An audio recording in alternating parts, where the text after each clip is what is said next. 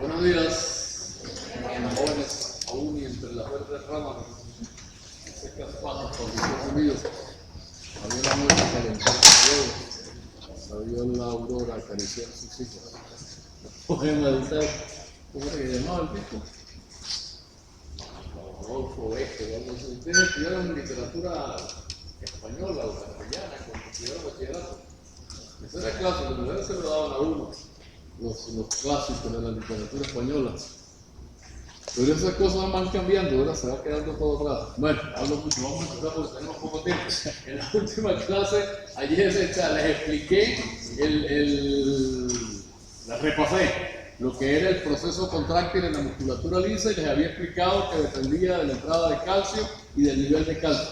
Pero que aparte del nivel de calcio, también la sensibilidad al calcio era un factor muy importante. Y la sensibilidad era mayor, a un mismo nivel de calcio había más contracción, y viceversa. Bueno, ayer me olvidé, les expliqué cómo se producía con el efecto Bayes, ¿verdad? La respuesta miogénica, les expliqué cómo ocurría. Entonces les expliqué una cadenita de efectos que terminaban abriendo unos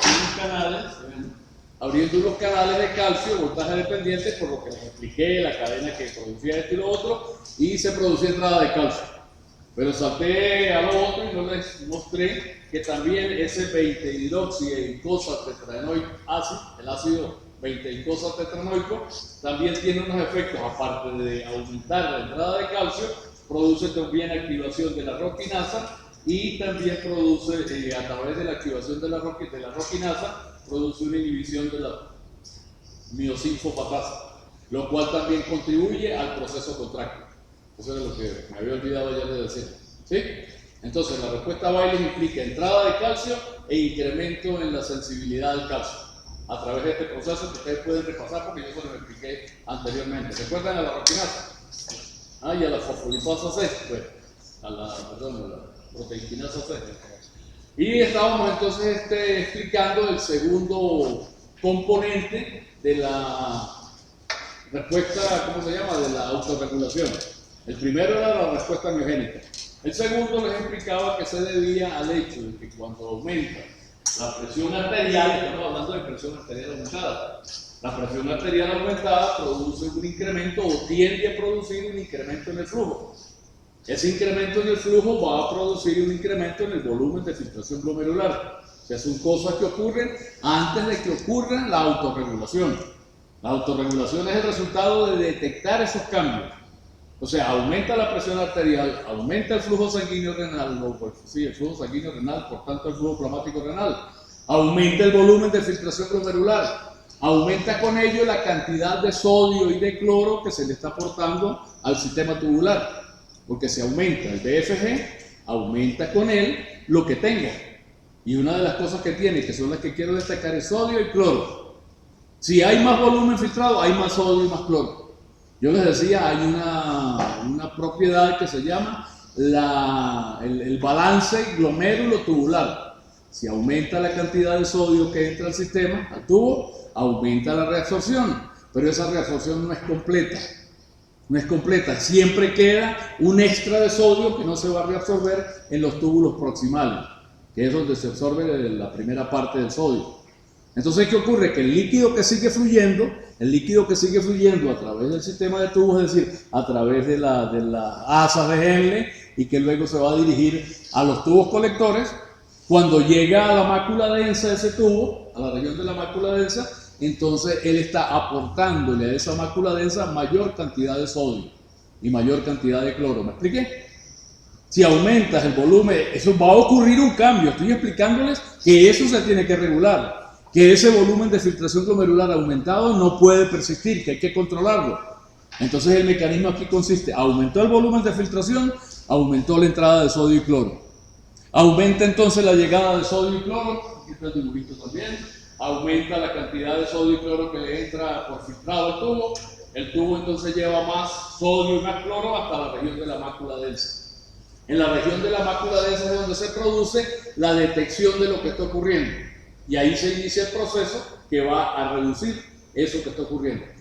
Entonces, ¿qué ocurre en la mácula densa? En la mácula densa ocurre una respuesta Y esa respuesta lo que hace es que produce una constricción de la arteriola aferente. ¿Entiendes? La respuesta de control está dada en eso. Ocurre todo eso y se produce una respuesta que es contracción de la arteriola aferente. ¿Qué pasa si se constriñe la arteriola aferente? Se contribuye a la disminución del flujo sanguíneo, porque se aumenta la resistencia, pero además también está reduciendo la presión de filtración, la presión capilar glomerular. Y eso implica entonces que reduces otra vez el volumen de filtración glomerular. ¿Ven ustedes? Es un mecanismo de retroalimentación. Retroalimentación. Los efectos que se ocurren aquí van a producir un efecto de frenado de lo que está produciendo eso. ¿Sí? Una retroalimentación negativa. A más broma de el efecto es inhibidor. Disminuye lo que está ocurriendo en exceso. ¿Qué es lo que está ocurriendo en exceso? Volumen de filtración glomerular aumentado. ¿Cuál es la respuesta? Constricción de la arteriola aferente. ¿Qué trae como consecuencia eso? Aumento de la resistencia y disminución de la presión de filtración. Y ya, disminuir la presión de filtración, disminuimos el volumen de filtración glomerular. ¿Qué disparó todo? El aumento del volumen de filtración glomerular. No de manera directa, sino allá, las consecuencias que se vieron después a la distancia. ¿Sí? Y esas consecuencias entonces ahora producen algo que disminuye esa filtración glomerular, es lo que se llama retroalimentación negativa. El sistema de control, cuando aumenta, entonces disminuye. Y aquí hay unos sistemas de control, aquí no hay aire acondicionado, pero es un sistema de control de temperatura. Cuando la temperatura aumenta, se produce una señal y esa señal viene y baja la temperatura. Aumenta el ingreso de qué sé yo, de la circulación del líquido, del gas ese líquido que enfría, cualquiera de las cosas que produzca el enfriamiento. Si usted lo controla a una temperatura determinada, si sube, la baja. Si baja, la sube. Eso es retroalimentación negativa. ¿Qué está ocurriendo eso? Aumenta el BFG, se baja. Incluso también desde el otro lado, si baja el BFG, sube. Si el BFG baja, ocurre lo contrario. Se reduce la cantidad de sodio a nivel de la mácula densa, se reducen entonces todas esas respuestas y la arteriola aferente se dilata. Es más o menos, ok. Espero que quede claro. Que vamos ahora a ver qué es lo que ocurre a nivel celular. Aquí, en ese nivel celular se lo veo para que ustedes lo lean allá después en su casa. Paren la película y lo ponen a leer, o se llevan las diapositivas y lo lean. Está explicando qué es lo que ocurre. Lo que ocurre es que a nivel de la mácula densa, que es parte del túbulo contorneado distal o parte de la rama gruesa del asa de Henle, esa discusión de quién le pertenece, el hecho es que allí hay un sistema de transporte para el sodio. Yo les estoy hablando que es el sodio, que está implicado, ¿verdad? Más sodio llega, más sodio se reabsorbe. Entonces, ¿por qué se reabsorbe más sodio?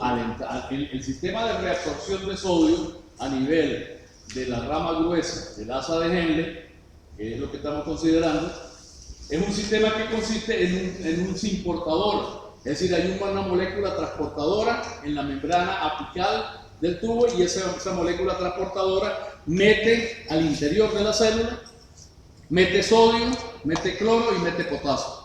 Se llama transportador sodio, potasio, 2-cloro. Muy importante, ya hablaremos de él con más calma, más detenimiento y más profundidad más adelante cuando estemos estudiando los procesos de reabsorción de sodio. Por ahora lo nombro. Los sistemas tubular, todo el sistema tubular tiene unos mecanismos de recolección, unos mecanismos de transporte, vamos a decirlo así, de transporte para reabsorber o de transporte para secretar, son sistemas de transporte. Ese sistema de transporte varía dependiendo del sector del túbulo que estemos considerando. Una cosa es el túbulo proximal, otra es el asa de Henle, otra cosa es el túbulo distal, otra cosa es el tubo colector. Cada cual tiene sus propias características, tiene sus propios sistemas de transporte. De eso iremos hablando poco a poco. Entonces, a nivel de la rama gruesa del asa de Henle, el sistema de transporte de sodio, que es el que estoy considerando, es un sistema que implica el transporte conjunto de una partícula de sodio, es decir, un ion sodio, un ion potasio y 2 iones cloro.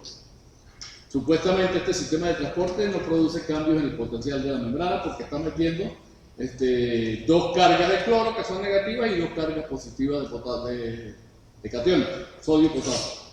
Pero veremos más adelante que sí se produce una cierta modificación, pero no toquemos eso ahorita. Lo que quiero entonces es que sepan, está el transportador está llevando sodio, potasio y cloro al interior de la célula. Ese sodio, ese potasio y ese cloro son partículas que están siendo reabsorbidas. Ellas van a ser vertidas luego, vertidas al intersticio del otro lado y van a pasar de nuevo a la sangre. Pero en este momento me interesa que están entrando a la célula. Y en la célula entonces, en esa célula, aparte de que es un sistema de reabsorción, están activando el metabolismo de la célula porque está trabajando más. La célula, si mete más de esos sodio, potasio y cloro adentro, tiene más trabajo. Ese trabajo, ¿de dónde sale? Es gratis el trabajo. ¿Por qué entra ese sodio, ese potasio y ese cloro? Entra porque la fuerza impulsora es la concentración muy baja de sodio que existe en el interior. Hay un gradiente para el sodio. La fuerza la da el sodio. Siempre lo hace. El sodio es el elemento que está dando la fuerza para producir esos movimientos. Él es importador o antiportador. Si va a reabsorberse, entonces se reabsorbe con la fuerza del sodio, que agarra y mete, le da la cola a otras partículas y las pasa para adentro. Y si se va a producir secreción, también eso depende del sodio. Ahora, el hecho es que ese sodio que está entrando al interior de la célula tiene que salir. Porque si se queda ahí, el proceso se detiene. ¿Por qué? Porque entonces si se queda ahí va a reducir el gradiente. ¿Cuál es la fuerza que mete el sodio? El gradiente de concentración de sodio. El gradiente, está el sodio más concentrado afuera que en el interior de la célula. Ese gradiente de concentración entonces pone en marcha al transportador. Si ese transportador está funcionando con más intensidad, porque tiene más carga que trabajar, con la cual trabajar, entonces necesita trabajar más intensamente, pero necesita que ese gradiente se mantenga o incluso que aumente.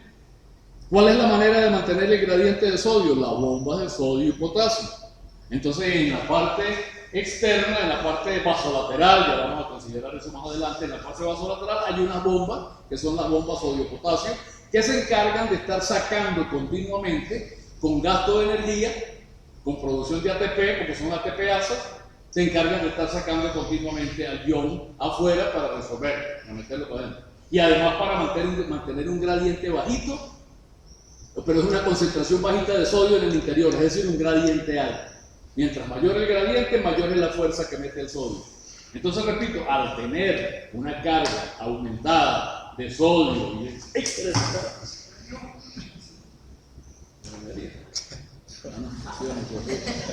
como una niñita así. ¿Cómo era? Como el tipo del Señor de los Anillos.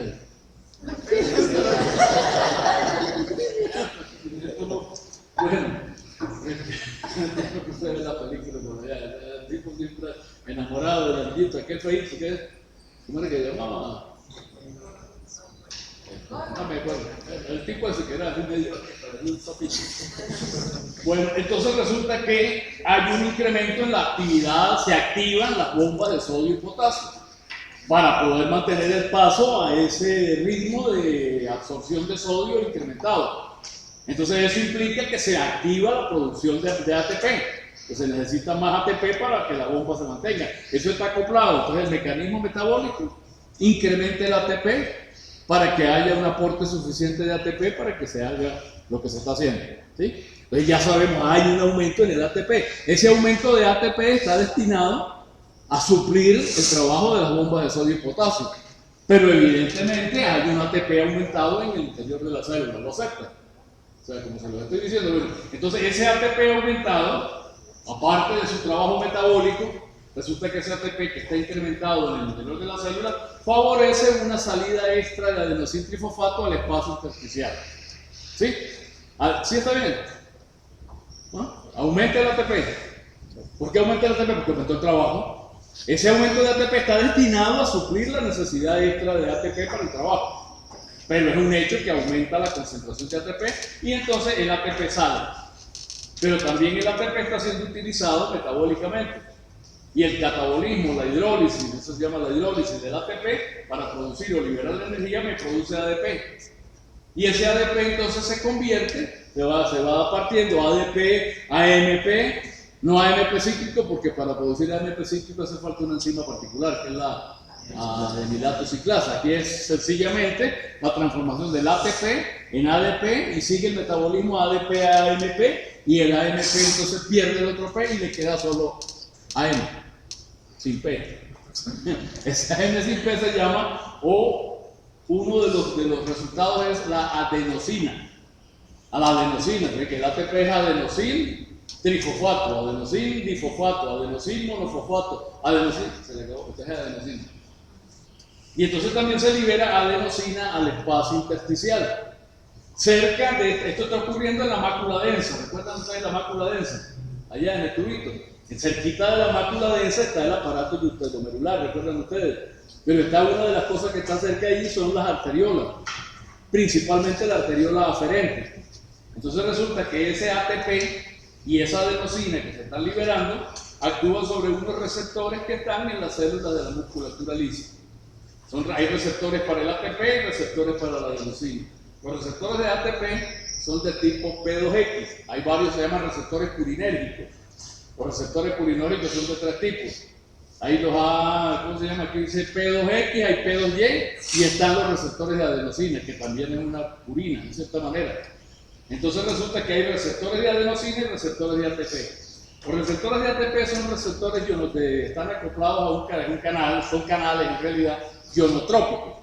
Aquí no hay que si esas cadenas metabólicas, porque no es metabotrópico el receptor, es ionotrópico. Ionotrópico significa que es un canal, que él es el canal, no tiene, o sea, él, si se modifica su actividad, si se activa, es un canal que se abre. Entonces, este es un canal ionotrópico, que permite entonces, en este caso, la entrada de calcio al interior de la célula muscular lisa, de la musculatura lisa, de la arteriola aferente. Entonces, ya aquí tenemos una de las razones por las cuales se produce esa respuesta que estamos analizando. Por un lado, porque se estira, se dilata y se produce la respuesta bailemigénica, está bien.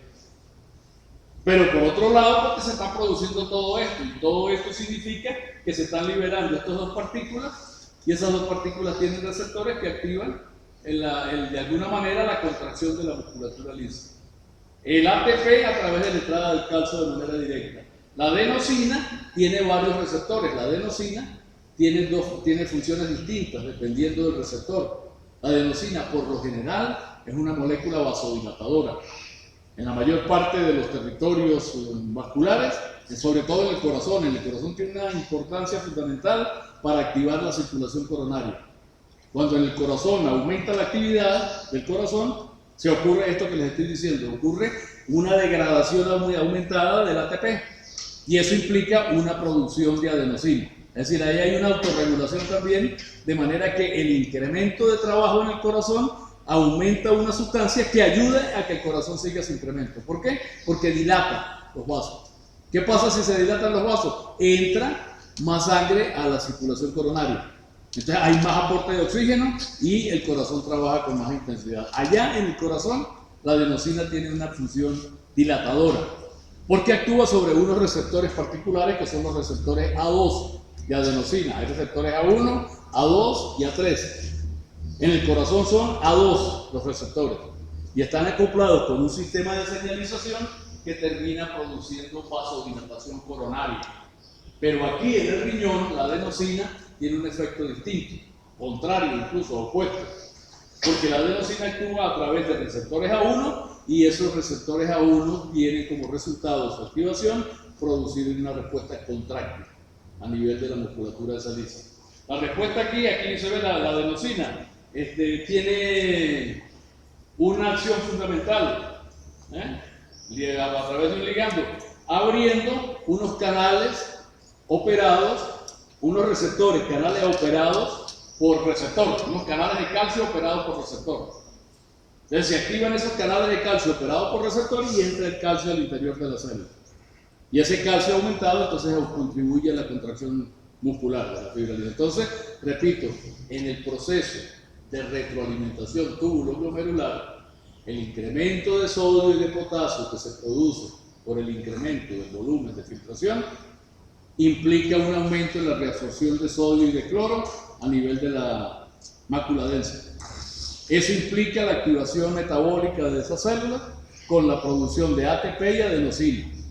Ese ATP y adenosina que se están produciendo en el endotelio difunden hacia la musculatura cercana, la musculatura de la fibra de la arteriola aferente.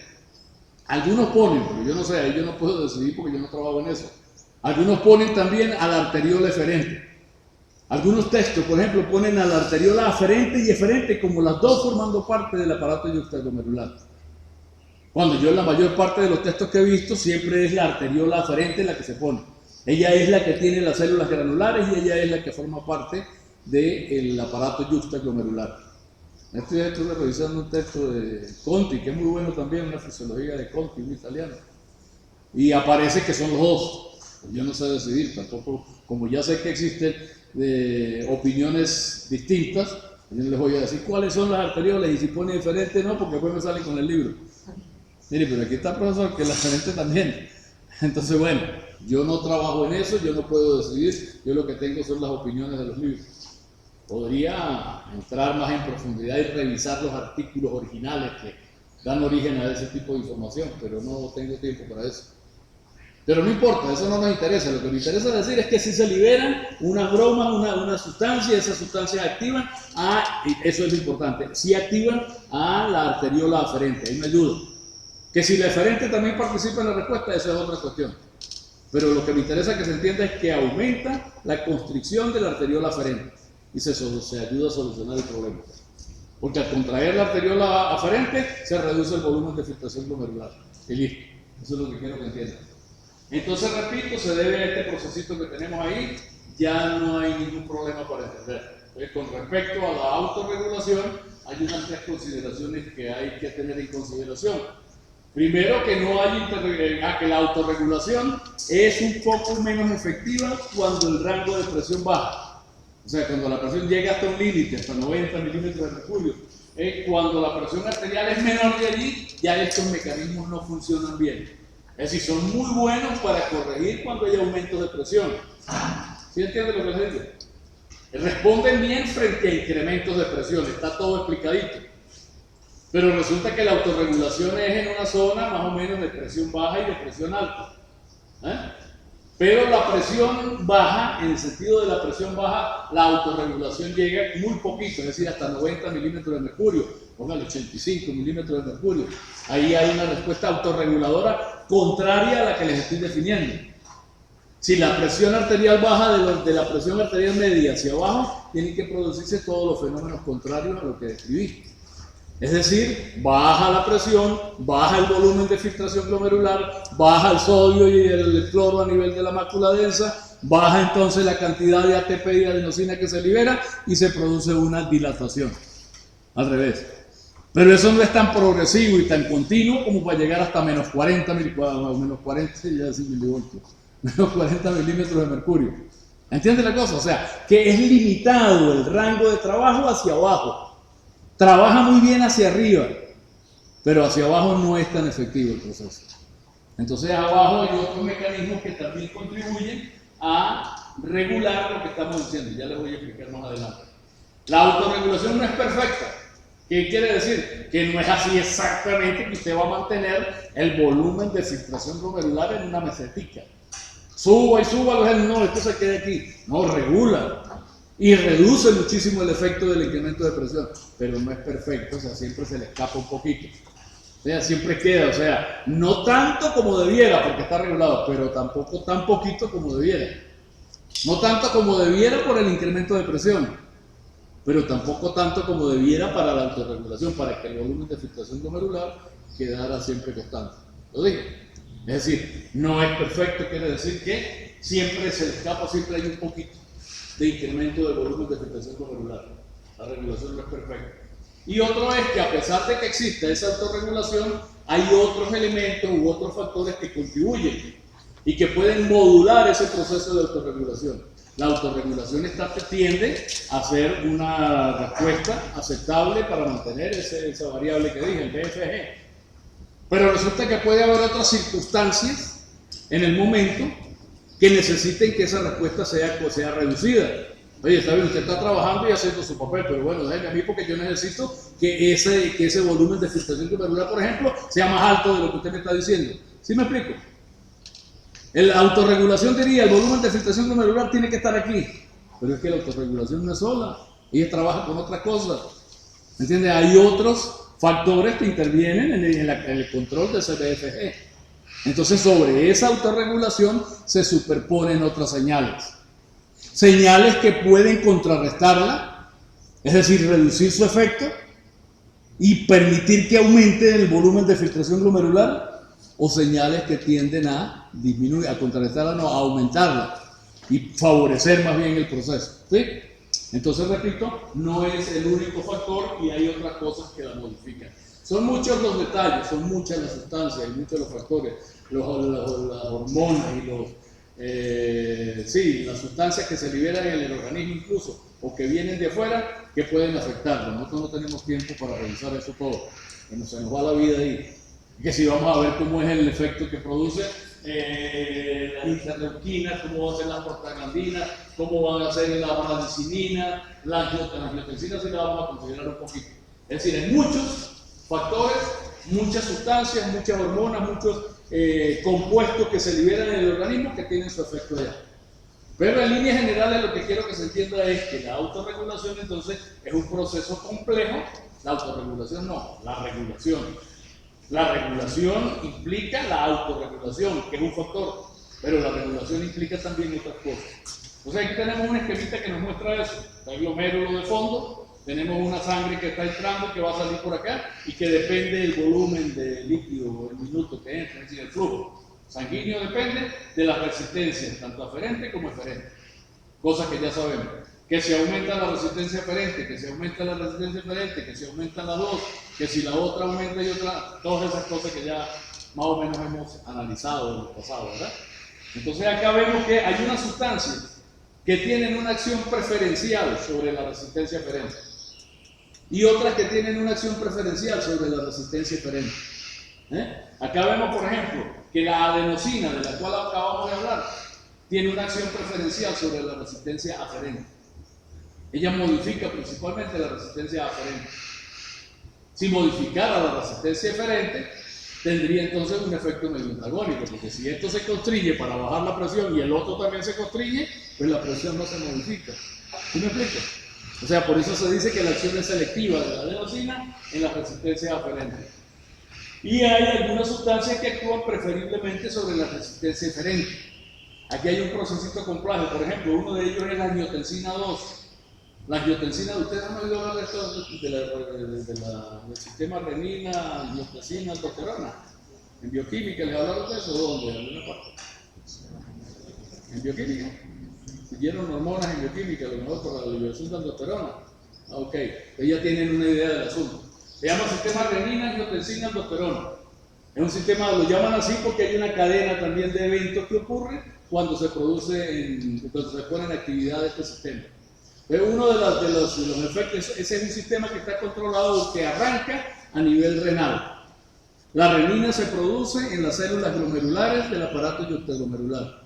Las células glomerulares están en la pared del extremo que está llegando al riñón, la pared de la arteriola aferente. Ahí están las células granulares. Y ellas producen renina.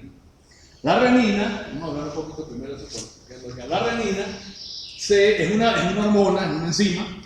Una hormona, pues es una sustancia que se libera a la sangre y tiene una acción, pero además es una enzima. Como enzima, ella lo que hace es que actúa sobre una molécula que está en el plasma, que es producida en el hígado, que es el angiotensinógeno, una molécula grandota de muchos péptidos. Pero lo que hace la renina es que a esa molécula grande, que es el angiotensinógeno, le parten decapéptidos. O sea, le sacan un pedacito de 10 aminoácidos, 10 residuos. Eso se llama angiotensina 1. La angiotensina 1 luego es metabolizada por una enzima llamada enzima convertidora de angiotensina, que se encuentra en el endotelio de algunas regiones capilares. En los pulmones, ahí creo que es uno de los sitios en donde más conversión se produce. La conversión consiste en agarrar esa angiotensina 1 de 10 aminoácidos y quitarle un trocito en uno de sus extremos de 2 aminoácidos. Entonces la deja como un octapéptido. Ese octapéptido es una de las sustancias que tiene mayor poder vasoconstrictor. Por eso se llama angiotensina. Angio de los vasos, o sea que producen, incrementan la tensión en los vasos, porque contrae. Su efecto principal es contraer los vasos en general de la circulación sistémica. Los sistemas que tienen musculatura lisa tienen receptores para la angiotensina y ellos se produce una contracción y entonces esa contracción aumenta la resistencia periférica y aumenta la presión arterial.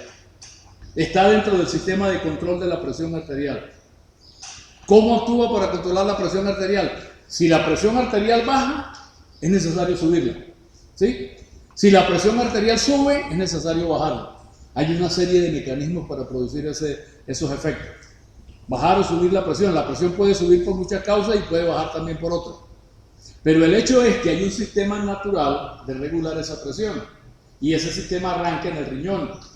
Cuando la presión arterial o el volumen de líquido circulante, que tiene efecto sobre la presión arterial, por supuesto, cuando la presión arterial es baja, la perfusión por los tejidos está reducida. ¿Por qué? Porque es la presión arterial la que mueve el líquido a través de los territorios vasculares. Entonces, esa presión disminuida pues es peligrosa, porque está poniendo en peligro la circulación sobre todo del cerebro y del corazón, que son los que necesitan una presión arterial adecuada para tener una buena perfusión, ¿no?, sanguínea. Entonces, si baja la presión, estamos en peligro. O sea, hay que tratar de subirlo.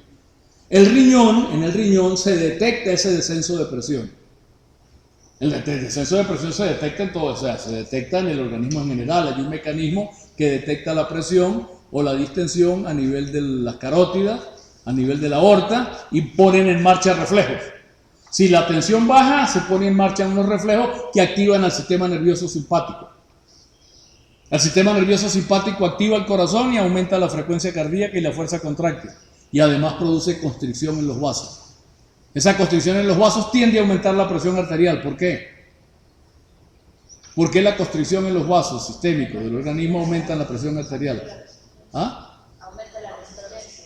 Aumenta la resistencia. ¿Y el aumento de resistencia qué implica? Aumento del volumen. Recuerden ustedes, eso es una cuestión sencilla que nos ayuda a resolver los problemas de eso. Si la resistencia está aumentada, no me sale la sangre con suficiente flujo desde el sector arterial hacia el sector capilar, hacia adelante. Se queda en las arterias, se retrasa. Y al retrasarlo, entonces aumenta el volumen, distiende más las paredes y eso es lo que decimos que tiene una tensión arterial aumentada. ¿Sí? Entonces depende fundamentalmente de la resistencia periférica. Depende del corazón también. El gasto cardíaco, la presión arterial es el gasto cardíaco multiplicado por la resistencia periférica. Esa es la ecuación, sí, para presión arterial. Que no estudiamos, siempre me quejo de la...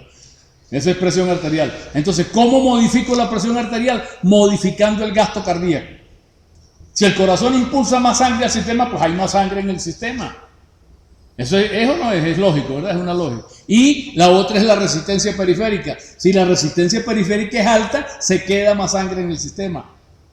Entonces la regulación de la presión arterial implica modificar el gasto cardíaco o modificar la resistencia periférica. O una, o la otra, o las dos. Por lo general son las dos.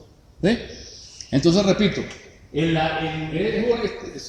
no tiene una relación directa con esto, aunque debería ser estudiado en términos de presión arterial, pero no importa que lo digamos ahorita, tiene importancia, porque estamos hablando entonces de la angiotensina. ¿Qué pasa? Estoy hablando de la angiotensina, que cuando baja la presión arterial, por un lado se produce un mecanismo reflejo que tiende a subirla. ¿Qué implica ese mecanismo reflejo? Activación del simpático. Y el simpático también actúa en el riñón, activando la liberación de renina. Ese es uno de los efectos que tiene. El simpático, el sistema nervioso, promueve la activación de la renina. Pero también el riñón tiene sus formas de incrementar la renina. Él también tiene su sistema de detectar la presión arterial, entre comillas. Si la presión arterial es muy baja, entonces el riñón mismo responde aumentando la liberación de renina.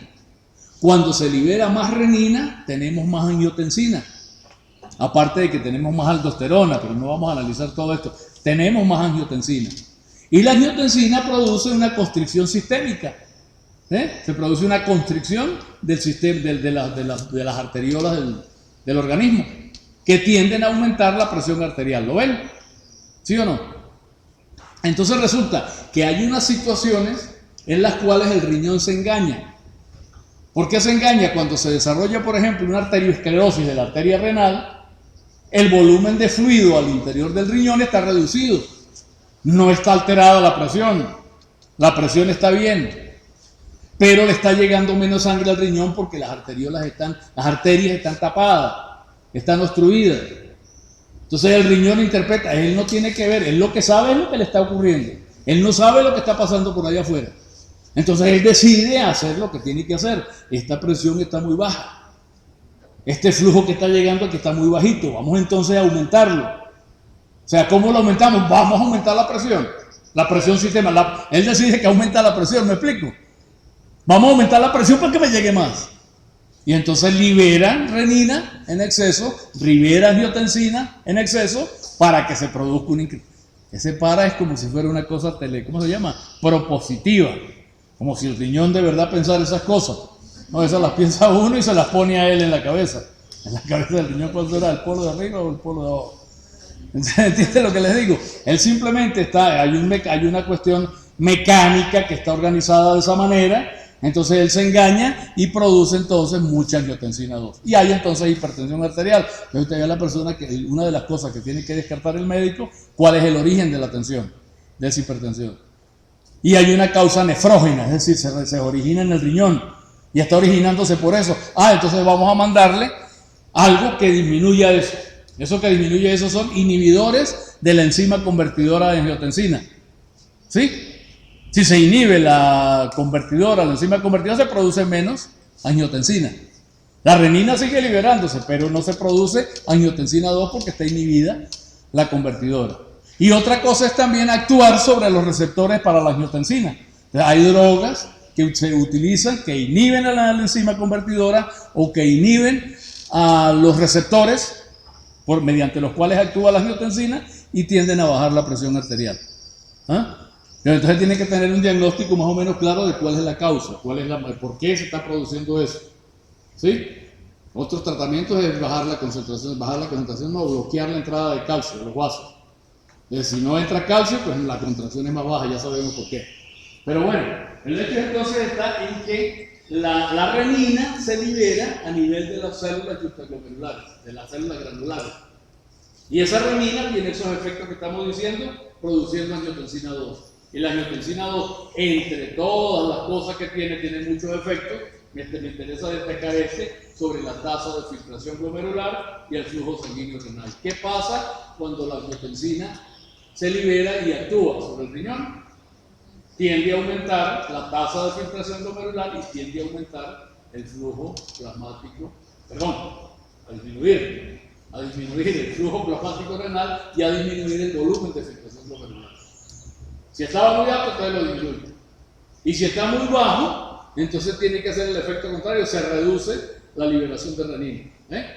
Si está muy bajo el flujo, es necesario que aumente. ¿Cómo aumenta? Con una reducción de renina, porque la renina, si hay mucha renina, está constreñida. Si hay poca renina, está más dilatada. Más dilatado los vasos, que produce resistencia. Bueno, entonces volviendo acá a este sistema de acá, ya vemos entonces que la angiotensina tiene unos efectos muy particulares. Esos efectos son actuar sobre la resistencia aferente y eferente. Está mostrado acá. ¿Qué pasa si se produce eso?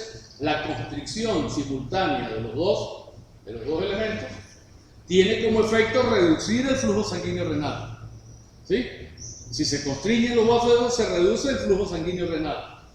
Pero si se produce una constricción solamente de la región aferente, ¿qué pasa con la presión capilar glomerular?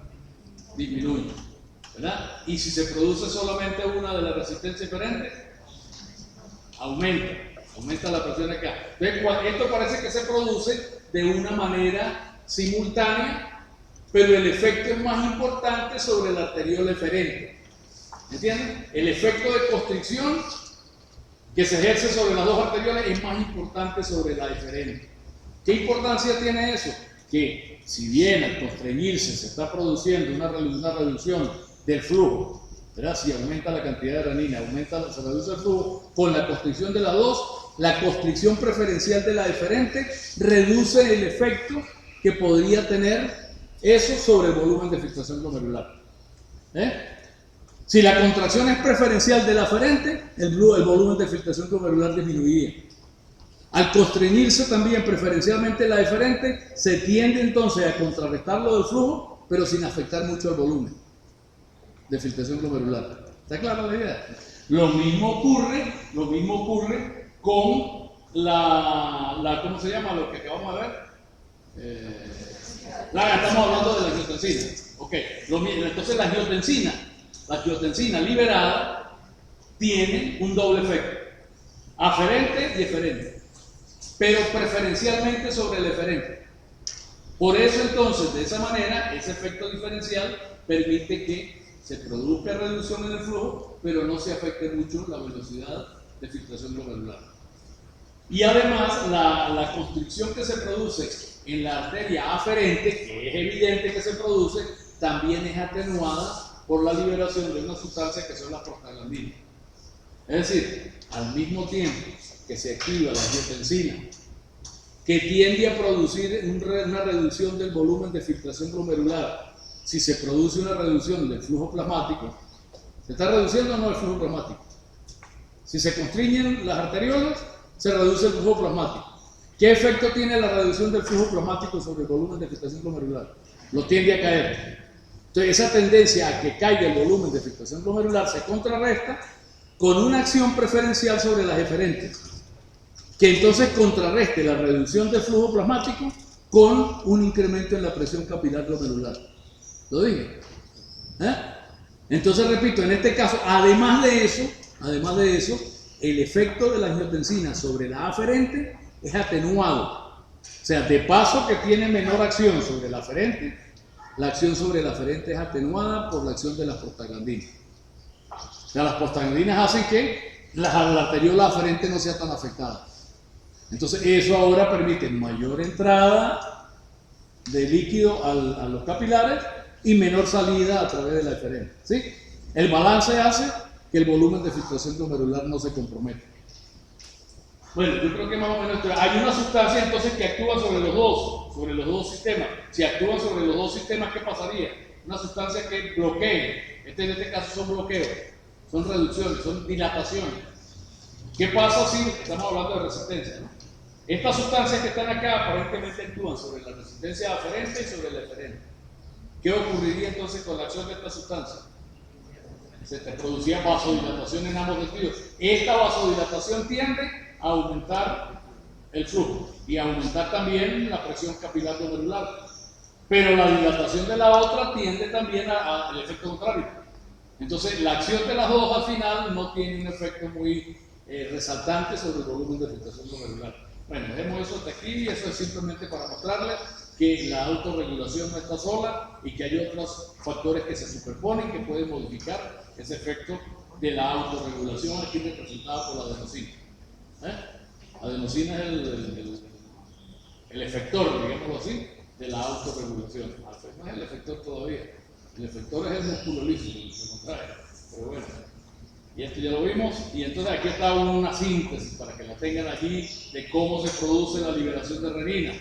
La liberación de renina se produce cuando hay un sensor en el riñón que sensa la presión del riñón. Hay también unos receptores beta, esos receptores beta se activan por acción del sistema nervioso.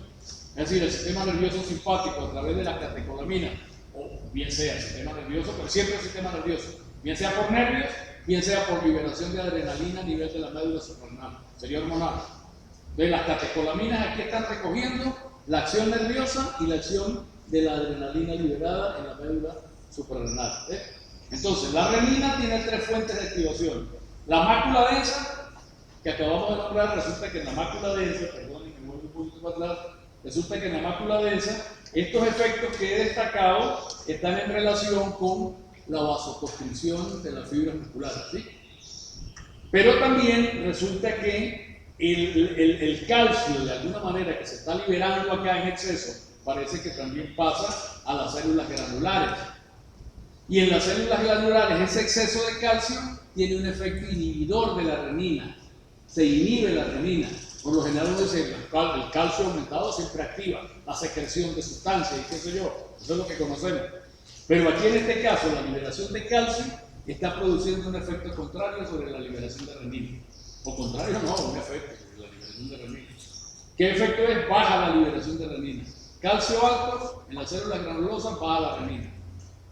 Y cuando se produce, y por supuesto baja la renina y se produce una liberación baja de renina. Hagamos el análisis de qué pasa con esto, a ver quién me podría decir qué efecto está teniendo la renina en este caso con respecto a lo que estamos estudiando. Ya vemos que la adenosina y el ATP constriñen la fibra muscular. Se produce la constricción de la arteriola aferente. Eso reduce el volumen de filtración glomerular. Pero ¿qué pasaría con una disminución reducida de renina? Si la renina se produce en menor cantidad, tienes menos angiotensina. Si tienes menos angiotensina, tienes dilatación de los vasos. Si hay dilatación de los vasos, la presión arterial baja. Si la presión arterial baja, ¿qué pasa con el volumen de filtración glomerular? O sea, ¿está en el mismo sentido esta respuesta de la renina o no con respecto a lo que estamos analizando? ¿Qué creen ustedes? ¿Sigue el mismo sentido? ¿Qué digo seguir el mismo sentido? En la respuesta a esta, baja, buscar el volumen de filtración glomerular. Eso es lo que busca. La respuesta de renina que se está produciendo, al bajar la producción de renina, ¿qué efecto está teniendo sobre el volumen de filtración glomerular?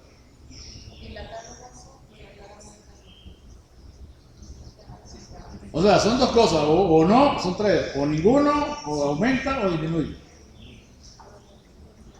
Pero piénsenlo, si la angiotensina produce constricción y con ello aumenta la presión arterial, ¿sí? Si se produce una reducción de angiotensina, porque ahí baja la renina, ¿cómo está la constricción de los vasos? Están dilatados. Si los vasos se dilatan, ¿qué le pasa a la presión arterial? Y si baja la presión arterial, ¿qué le pasa al volumen de filtración glomerular? Entonces, ¿va en el mismo sentido o no va en el mismo sentido? Es decir, esta respuesta incluye dos cosas que van en el mismo sentido. La constricción de la arteriola aferente y la reducción en la presión sistémica, que también contribuye a lo mismo. Parecen cosas antagónicas, pero que tienen ese efecto en el mismo sentido y son como colaboradoras en el proceso de regular el volumen de filtración glomerular. ¿Sí está? Bueno. Es que aquí se me fue por eso lo puse de nuevo, porque aquí está la angiotensina 2 como que disminuye cuando aumenta.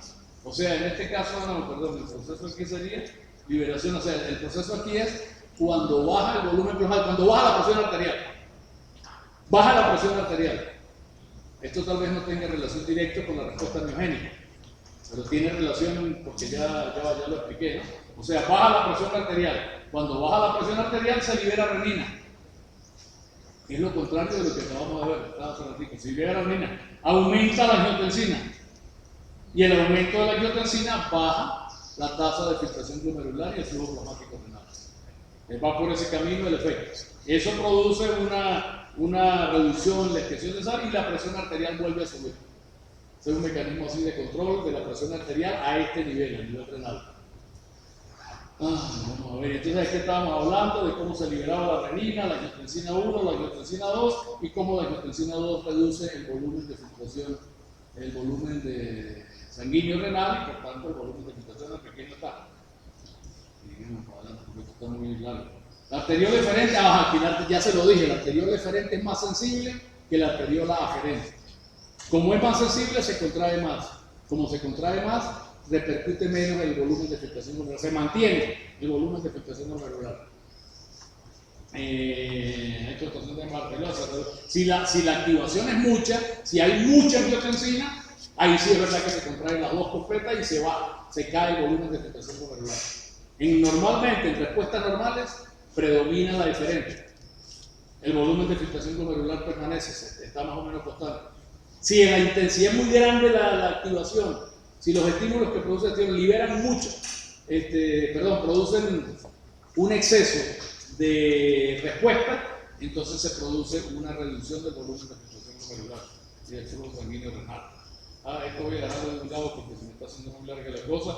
Esto lo que quiere decir es lo siguiente, o sea, cuando se produce una respuesta ante la tensión arterial, o sea, si se produce una respuesta de hipertensión La respuesta de hipertensión arterial tiende a reducir el volumen de filtración glomerular. Pero la respuesta esta que se está produciendo acá a nivel del riñón, la respuesta esta de la mácula densa, esa respuesta está ayudando a que ese efecto de reducción de la presión arterial no sea tan serio, puesto que ella está haciendo que ella está haciendo que cuando se libera la angiotensina se produzca una activación de la arteriol eferente principalmente. Y esa activación de la arteriol eferente entonces aumenta la presión capilar glomerular y evita que se reduzca el volumen de filtración glomerular. A ver si lo redondeo. En la respuesta de hipertensión, cuando se produce una respuesta ante la tensión arterial, se tiende a reducir el flujo sanguíneo renal. Y la tendencia a reducir el flujo sanguíneo renal tiende a bajar el volumen de filtración glomerular. ¿Sí? Ese descenso en el volumen de filtración glomerular va a producir una respuesta que trata de contrarrestar el efecto sobre ese volumen de filtración glomerular. ¿Cómo se produce? La liberación de renina. Fíjense que es el efecto contrario. Antes la hipertensión producía reducción de la liberación de renina. Ahora, en este caso, vamos a tener un aumento en la respuesta, vamos a tener un aumento en la liberación de renina y por tanto de angiotensina. Y la angiotensina, actuando sobre la arteriol eferente, va a reducir el efecto negativo que tiene, bajando el volumen de filtración glomerular. Ella impide que baje el volumen de filtración glomerular. Vamos a ver, después ustedes, si necesitan una explicación más intensa, me lo dicen y lo vuelvo a repetir.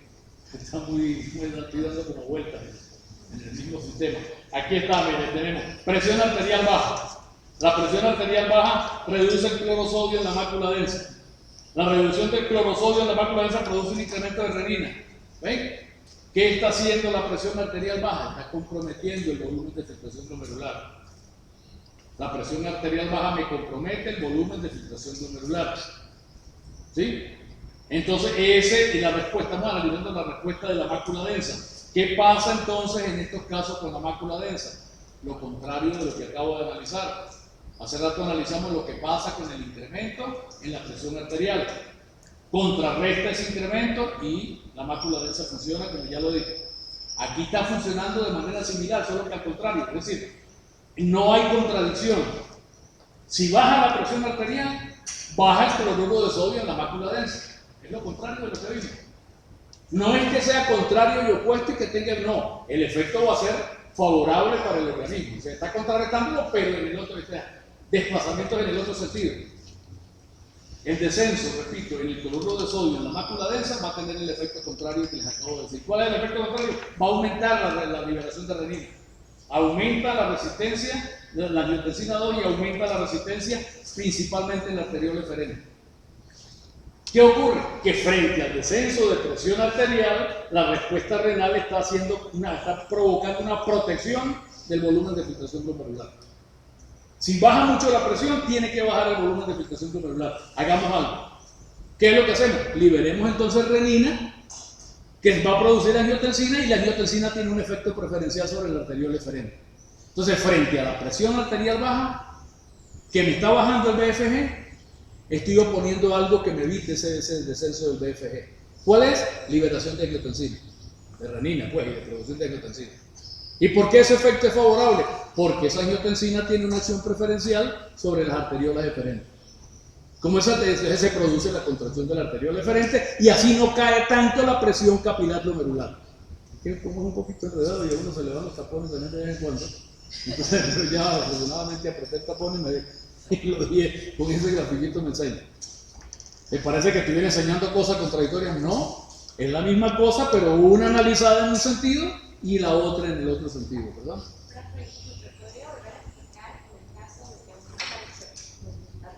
Claro, o sea, es lo contrario de esto, ya eso es lo que explicamos. Si aumenta la tensión arterial, ¿qué pasa? Tiende a aumentar el volumen de filtración glomerular. Llega más sodio y cloro a la mácula densa. La mácula densa responde liberando ATP y adenosina. Ellos contraen la arteriola aferente. ¿Sí? ¿Qué hace la constricción de la arteriola aferente? Evita las consecuencias de esa presión.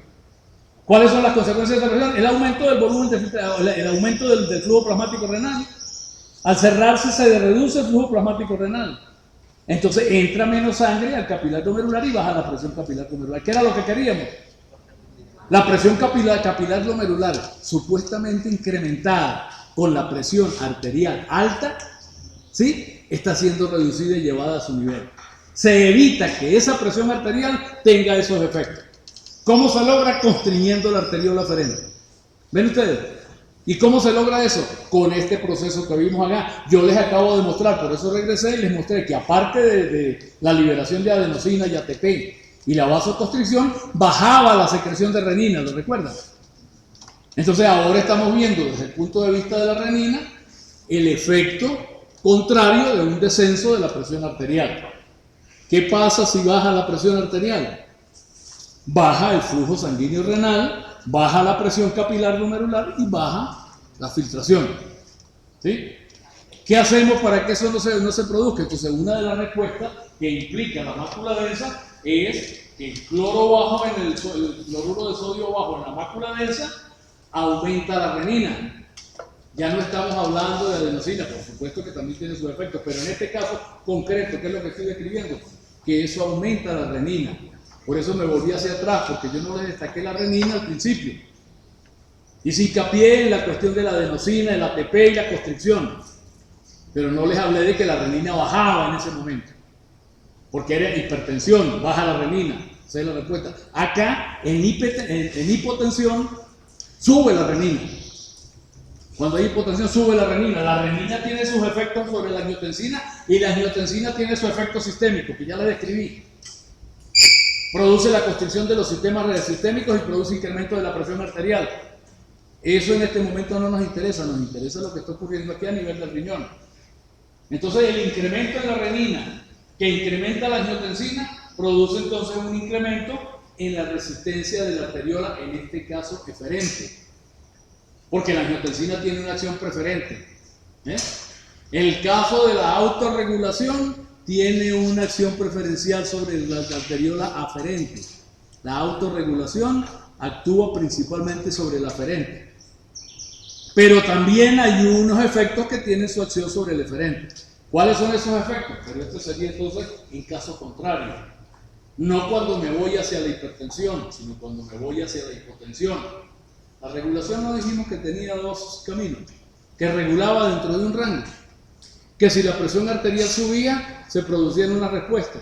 Pero que si la presión arterial baja, tienen que producirse respuestas también para tener la cosa en su sitio.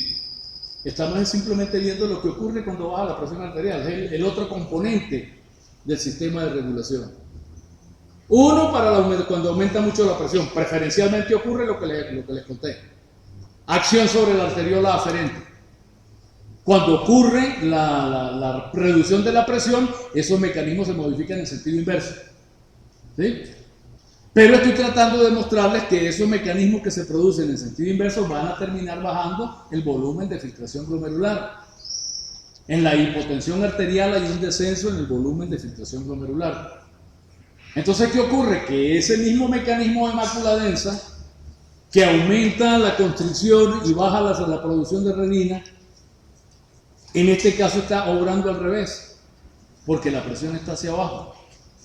Entonces, en ese caso, repito, hace todo el mecanismo, pero al revés. Baja la presión arterial, baja entonces la entrada de sodio y cloro a la mácula densa, se reduce la liberación de adenosina, se relajan las aferentes, pero al mismo tiempo se produce un incremento en la liberación de renina, que tiene como objeto entonces mantener el volumen de filtración glomerular a través de una contracción preferencial de la arteriola eferente. ¿Ahora sí está claro? Entonces, la última parte acá de la resistencia de la arteriola eferente. Porque no se habla de principalmente el efecto de la angiotensina 2, por eso lo destacamos siempre, es preferencialmente sobre la resistencia arteriolar eferente. Actúa sobre los dos, pero especialmente, principalmente sobre el eferente.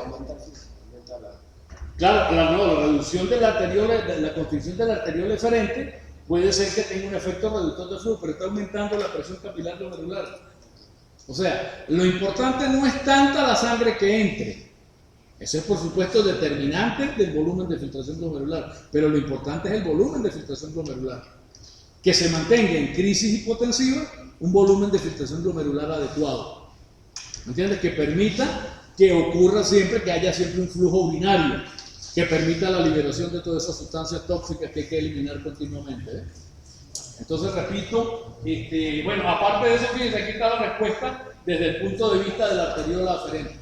¿Qué pasaría con la arteriola aferente? Muy bonito el gráfico. Porque aquí están las dos cosas. Por un lado, el efecto que tendría sobre la resistencia de la arteriola aferente disminuyendo la resistencia. ¿A través de qué mecanismo? Bueno, reduce todo eso, reduce la adenosina y reduce la ATP. Por toda esa cadena. Lo que aumentaba antes, ahora está reducido. Eso produce dilatación. Punto. Mientras que la arteriola aferente está siendo constreñida. Bueno, incluso los dos mecanismos funcionan, porque la dilatación de la aferente le permite entrar más sangre y la constricción eferente le permite salir menos, o impide que salga mucho, más o menos. Los nervios simpáticos, yo creo que ya hablé más o menos sobre los nervios simpáticos. Así que esto es un poco de detallitos, así. El simpático actúa parecido a la angiotensina. El sistema nervioso simpático se activa frente a situaciones de estrés. Cuando hay trabajo físico, cuando hay estrés, cuando hay que promover el escape, la huida, situaciones de dolor intenso, cosas de esas, el sistema simpático se activa. Y la activación del sistema simpático va a producir un incremento de la presión arterial a través de una respuesta. Esa activación es una activación, si se quiere, refleja o dictada desde arriba, desde el sistema nervioso central. Se activan las zonas que activan a los nervios que inervan al corazón y a los vasos. El corazón se acelera, contrae más fuerte, los vasos se contraen y qué sé yo. Entonces, cuando baja la presión arterial, se produce una activación de un reflejo que activa el sistema simpático. ¿Para qué lo activa? Para que la presión arterial suba. ¿Sí ven ustedes? Cae la presión arterial, hay que subirla. ¿Cómo se sube? Un reflejo que se llama el reflejo baroreceptor. Ese reflejo permite que se active el simpático. Y la activación del simpático implica activación del corazón y cierre de los vasos para subir la presión, para volver a la presión de nuevo a su lugar. ¿Sí? A su lugar o a su nivel. Entonces, esa activación del sistema nervioso simpático es un mecanismo de activación global, no está relacionado directamente con el riñón. Es una respuesta a una hipotensión que está ocurriendo de manera sistémica y que está dirigida a subir esa presión arterial. Ese aumento de la presión arterial implica incrementar la resistencia de los vasos. O sea, cuando la presión cae, inmediatamente se produce una constricción de los vasos para reducir la salida de sangre del sistema. Entonces, con eso tiende a aumentarse la presión arterial. Y por supuesto, esa reducción, cuando se produce esa respuesta, se está comprometiendo el riego también del riñón. ¿Lo dije? Si la presión arterial baja, se produce una respuesta. Esa respuesta es contraer los vasos. Los riegos en los territorios sanguíneos se reducen. En muchos no importa, excepto en el cerebro y excepto en el corazón. Porque el corazón es el que tiene que mantener la presión arterial. Si le bajas el flujo, le bajas el aporte de oxígeno. Hay que mantener cerebro y corazón. Hay que mantenerlo. Entonces, ¿cómo se hace? Constreñimos todos los demás sistemas. Los cerramos para que la sangre no se salga por allá. Eso implica reducción del flujo por cada órgano, de los que no los que no sean vitales, los intestinos, el hígado, el músculo, los huesos, la piel, todas esas cosas. Sí, es mejor que se aguanten ustedes un rato sin sangre para que aumente la presión y podamos tener un riego adecuado a nivel de los tejidos esos vitales. Ustedes se pueden aguantar un tiempo, el estómago no necesita estar trabajando todo el día, aunque a veces comemos tanto que todavía está el pobre estómago en función. Pero entonces no importa que se reduzca el flujo a los músculos esqueléticos, si no están activos. ¿Me entiendes? Pero el riñón, entonces, concha, el riñón hay que protegerle también la broma, pero la respuesta sistémica tiende a reducir el flujo renal. ¿Me entiendes? Entonces hay unos mecanismos intrínsecos en el riñón que tienden a contrarrestar ese efecto negativo que podría tener esa respuesta sobre el volumen de filtración glomerular. Es importante mantener el nivel adecuado de volumen de filtración glomerular. Con una presión arterial baja no puedes, pero con la respuesta para él menos todavía. La respuesta implica cerrar los vasos arteriales. ¿entiendes? Entonces baja la presión arterial ya de por sí, y también entonces tiene cerrados los vasitos aquí porque queremos subir la presión un poco para que haya buen riego para el músculo cardíaco y para el cerebro. Entonces el riñón se resiente, ¿entiendes? O sea, eso así, entonces resulta que a nivel del sistema nervioso simpático, resulta que la acción se produce. El sistema nervioso le reduce el riego al riñón, pero lo hace, ¿cómo lo hace? Aumentando la resistencia, ¿sí? Pero lo hace de una manera preferencial, no lo hace sobre la arteriola aferente, lo cual disminuiría aún más el volumen de filtración glomerular. Lo hace preferencialmente en la arteriola eferente. ¿Eso contribuye a reducir el flujo? Sí, eso contribuye a reducir el flujo por el riñón, que es lo que el organismo quiere. ¿Está claro? El organismo quiere que se reduzca el flujo por el riñón. ¿Por qué? Cónchale, para mantener la presión. Que el riñón es el que más volumen de sangre se lleva la quinta parte, la cuarta parte de lo que el corazón bombea.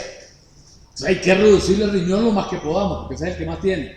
Se produce una constricción, yo no sé, yo doy vueltas y da, pero no sé si me van entendiendo. La preocupación es que al final me tengan clara la idea. Que la presión arterial baja compromete el flujo renal. ¿Por qué lo compromete? Porque ya está baja la presión y tiene bajo el flujo, porque el flujo depende de la presión. Pero además de eso, además de que la presión está baja, resulta que al que dirige allá al centro, decide que no, que lo importante no es el riñón, que lo importante es el corazón y el cerebro. Bueno, entonces vamos a tener que subir la presión. ¿Cómo la subimos? Vamos a reducir la salida del sistema para los otros órganos. Se cierran los vasos por allá, entonces queda más sangre en el sistema arterial, sube la presión y el corazón recibe lo que necesita y el cerebro no deja de recibir tampoco lo que necesita. ¿Ven? Entonces eso implica que aparte de que está la presión arterial baja, también se produce una constricción por orden del sistema nervioso simpático. Se contraen los vasos renales. Pero afortunadamente tenemos eso. Entonces si se contraen los vasos renales en general, tras de cómo es, el niño que llora y la mamá que lo pellizca, o sea, la presión arterial baja y todavía me cierran mal la cosa, grave. Entonces no, resulta que hay una acción preferencial. Eso es lo que trata, no hay una acción preferencial ahí, ¿no dice? No está ahí, pero bueno. Sí, especialmente a nivel... No, a nivel aferente no, es a nivel eferente. Ahí hay un errorcito. La acción es preferencial a nivel eferente. Si fuera a nivel aferente, la acción preferencial se agravaría más el asunto. Entonces, afortunadamente, es especialmente a nivel eferente. Entonces, a nivel eferente, eso hace que aunque esté bajo el flujo sanguíneo renal y que aunque esté baja la presión, todavía se conserve una presión intracapilar adecuada. Aunque no sea la misma antes, pero por lo menos no baja tanto como se produciría el descenso en caso de que dejaran las cosas como están.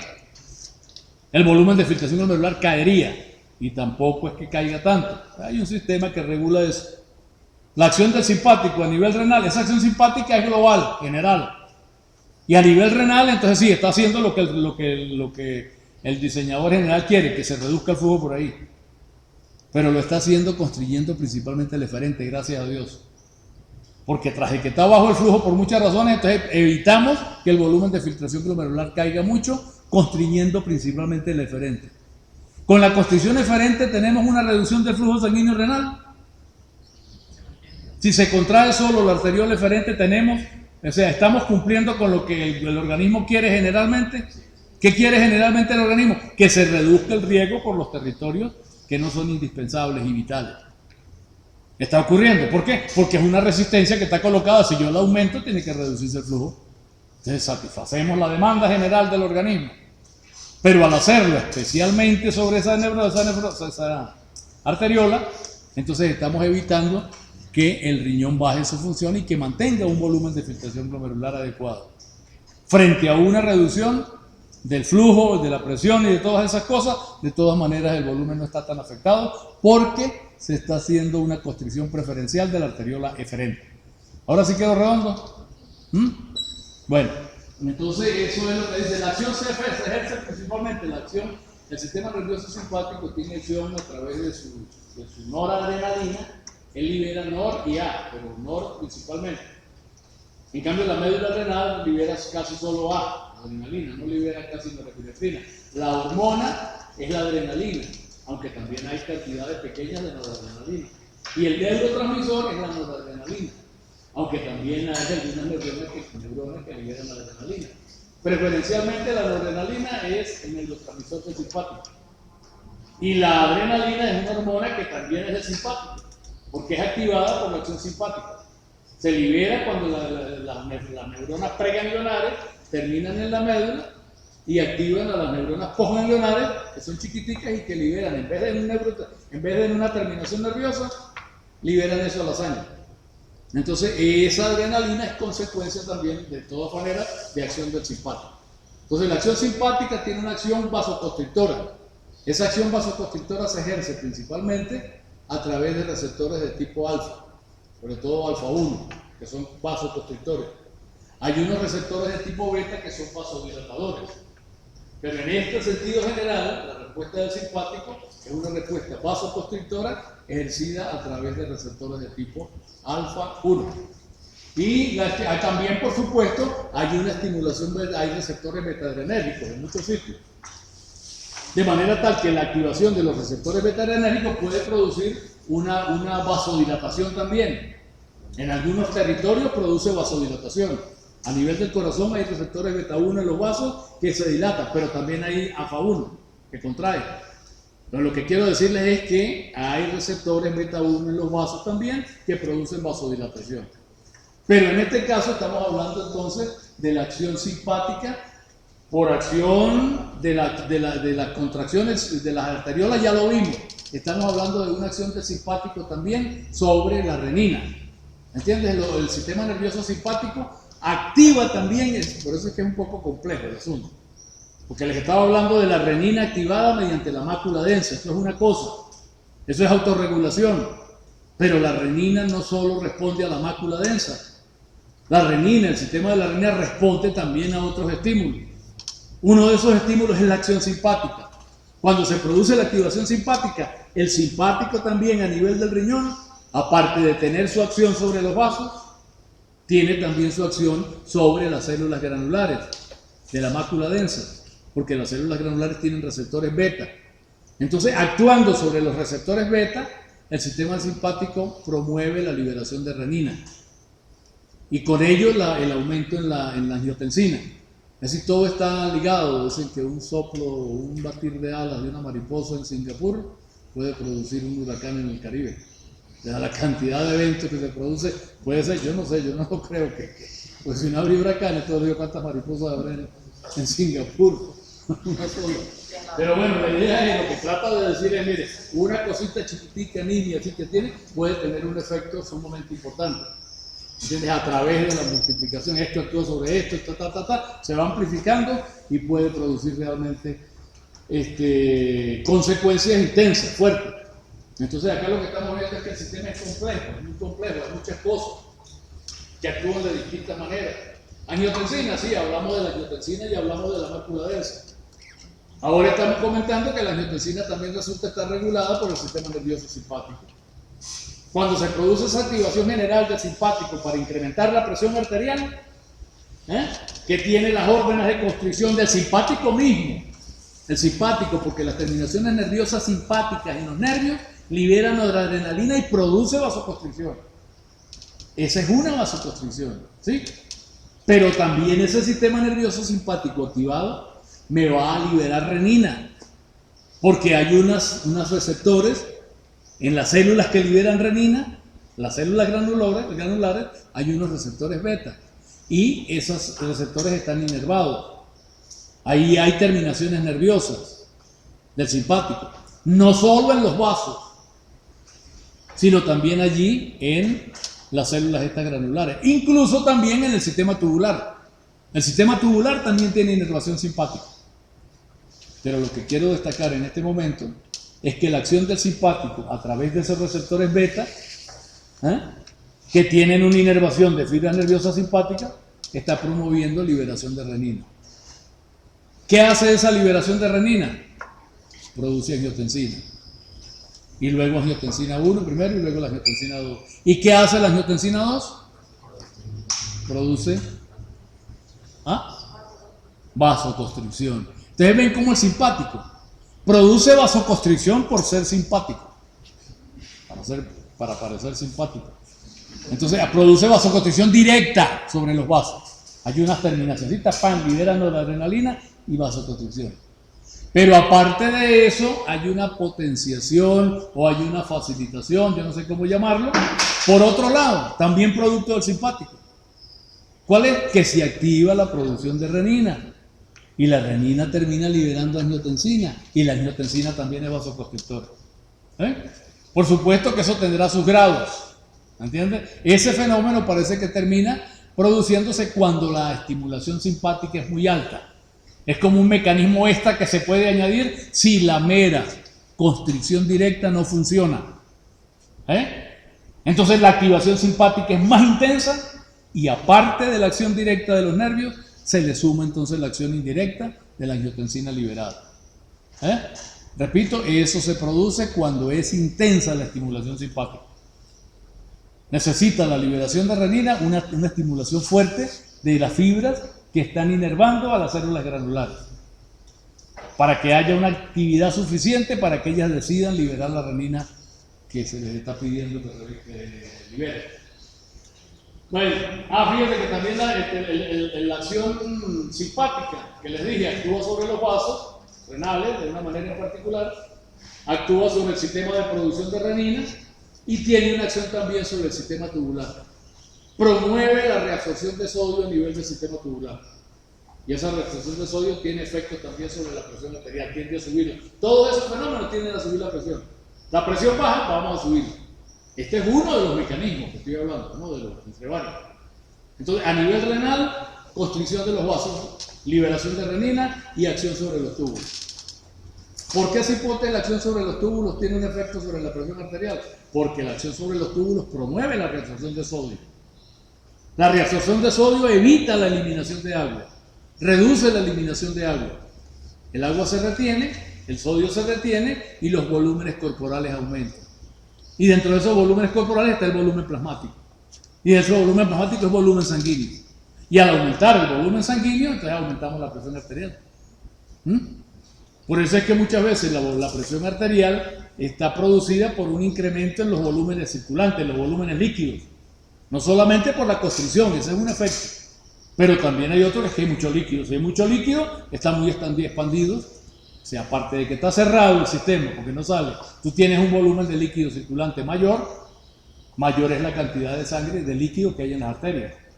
Entonces, una estrategia terapéutica es evitar o reducir ese volumen plasmático, ese volumen líquido, aumentando la diuresis, aumentando la eliminación de líquido. Por eso en las hipertensiones se combinan los reductores de la resistencia con los incrementadores de la diuresis. Se utilizan antidiuréticos, antidiuréticos para tratar la hipertensión. Pero en el caso de este contexto, para tratar la hipertensión, eliminamos agua y dilatamos. Y esas dos cosas, una terapéutica combinada, puede ayudar bastante en la reducción de la presión arterial, que es tan seria. Creo que las muertes por hipertensión arterial que producen a la final insuficiencia cardíaca son una de las causas principales de muerte. Y la hipertensión está extendida, ustedes no tienen buena la presión arterial. Por lo general en los jóvenes no debe ser tan fuerte la cosa, pero hay mucha hipertensión arterial últimamente en la juventud. Yo creo que eso está muy relacionado con el incremento de ingesta de algunas sustancias que liberan noradrenalina y liberan vasoconstrictores. Sustancias que aparte de liberar el espíritu y liberar el humor y liberan también otras cosas que son dañinas. Hay que tener cuidado. Bueno, eso me está haciendo el gloria. Yo había puesto ese cuadrito donde íbamos analizando los distintos componentes del ¿cómo se llama? Que determinaban el volumen de filtración glomerular. El coeficiente de filtración, que hablamos algo sobre él, acabamos de terminar de hablar de la presión hidrostática. Todo esto que hemos hablado es presión hidrostática capilar glomerular. Que si contrae, que si relaja, que si aumenta el volumen, todo eso es contracción presión capilar glomerular. Pero volviendo a esto, para terminar rápido, porque aquí resumo todo esto, teníamos la presión hidrostática en la cápsula de Bowman y la presión oncótica en el capilar glomerular, que también influye sobre el volumen de filtración glomerular. De esto solo voy a decir lo siguiente: estas flechitas que tiene aquí estos cuadritos, cuando la vayan a estudiar, implican los incrementos de los factores estos. que tienen efecto sobre el factor principal, que es el determinante principal, vamos a decir. El factor determinante. Los factores determinantes son KF, presión capilar glomerular, presión cápsula de Bowman y presión oncótica. Y las flechitas acá me están indicando cómo lo que estoy mostrando acá se modifica para modificar el KF. Por ejemplo, si aumenta la superficie, el área de superficie que hablamos para el KF, está aumentada, la flecha para arriba indica aumento de esto. Si aumenta esto, aumenta el KF y aumenta el volumen de contracción glomerular. En la caja, no, que tú ya lo dijiste hasta aquí, de hablar de la presión capilar glomerular. ¿Qué pasa si aumenta la presión arterial? Si aumenta la presión arterial, aumenta la presión capilar glomerular. ¿Qué pasa si se reduce la arterial? Está listo. Si se reduce la arterial aferente o la diferente. Acá en el caso de la cápsula de Bowman, decimos que sí se puede producir una modificación. ¿Cuál es la modificación? Cuando hay una obstrucción al flujo urinario. Si se obstruye el flujo urinario, si se producen cálculos, por ejemplo, o inflamaciones, o de alguna manera el flujo no es continuo, por cualquier razón, entonces se va produciendo retrógradamente un incremento de la presión hacia atrás, porque el flujo no está cursando de manera normal. Eso puede ocurrir incluso con las inflamaciones en el riñón, que pueden comprimir los tubitos, aunque con eso también comprime los vasos y todo. Pero bueno, hablando de ello, si aumenta o se reduce la salida, se acumula primero en la pelvis, si la obstrucción es ureteral. ¿Puede haber obstrucción ureteral? Claro, se puede meter por allá un calculito de eso y quedarse pegado. La obstrucción no necesariamente tiene que ser completa. Basta que se reduzca el calibre para que el flujo baje. Entonces no es que se cierre completamente. Cuando la piedrita, esas piedritas se forman principalmente en los vasos grandes, en los vasos no, en los recipientes grandecitos, en los cálices menores o en los cálices mayores. Ahí el flujo de orina es relativamente lento. No es como la sangre que circula, no, ahí eso es lento, va bajando poco a poco, ¿sí? Entonces ahí se estanca un poco el líquido, el movimiento del líquido. Ese estancamiento favorece la precipitación de algunas sales que están contenidas en la orina y se produce entonces la arenita esa. La arenita que después cuando se acumula forma piedritas. Y después esas piedritas pueden ser grandotas y tapar completamente el sistema. O se van metiendo ¿cómo se llama? A la luz del uréter. Pero como no pasan completamente, ellos se van quedando. Dejan pasar el líquido por el lado, pero van quedando de pegaditas. La fuerza del líquido no es tan grande para empujarla. Se pueden quedar en cualquier nivel, ahí estancaditas. No trancan por completo, pero sí más o menos obstruyen. El agüita pasa por los lados de ella y tal, y eso durante un tiempo funciona. Pero de todas maneras eso está creando una obstrucción al flujo. Y está provocando una retención de líquido por detrás. Y esa retención de líquido por detrás va incrementando la presión en esos lados y entonces el gradiente de presión para el movimiento desde el principio hasta abajo está reducido. Y esa reducción en el gradiente ese de presión pues produce un aumento en la presión en la cápsula de Bowman. Vaya de que íbamos, ¿no era? ¿De por qué se altera la presión en la cápsula de Bowman? Bueno, porque no hay buen flujo. Sí, esa es una de las razones. Si no hay un buen flujo de la orina, hay un aumento de presión retrógrada. Se va acumulando el líquido por detrás porque no fluye de la misma manera y a la misma velocidad, y ese incremento del flujo hacia atrás aumenta la presión. Como ya sabemos, volumen aumentado en cualquier sector implica aumento de presión en el recipiente que lo contenga. ¿Qué recipiente es el que contiene en este caso? Los tubos de para atrás hasta la cápsula de Bowman. La presión sube en la cápsula de Bowman, se reduce la presión de filtración. ¿Por qué? Porque la cápsula de Bowman, la presión dentro de ella es un fenómeno, un factor que se opone a la filtración. Si ese factor aumenta, pues hay menos filtración. Y ahí tienes entonces una alteración del volumen de filtración glomerular. Y por otro lado tenemos la presión oncótica de los capilares, la presión oncótica capilar.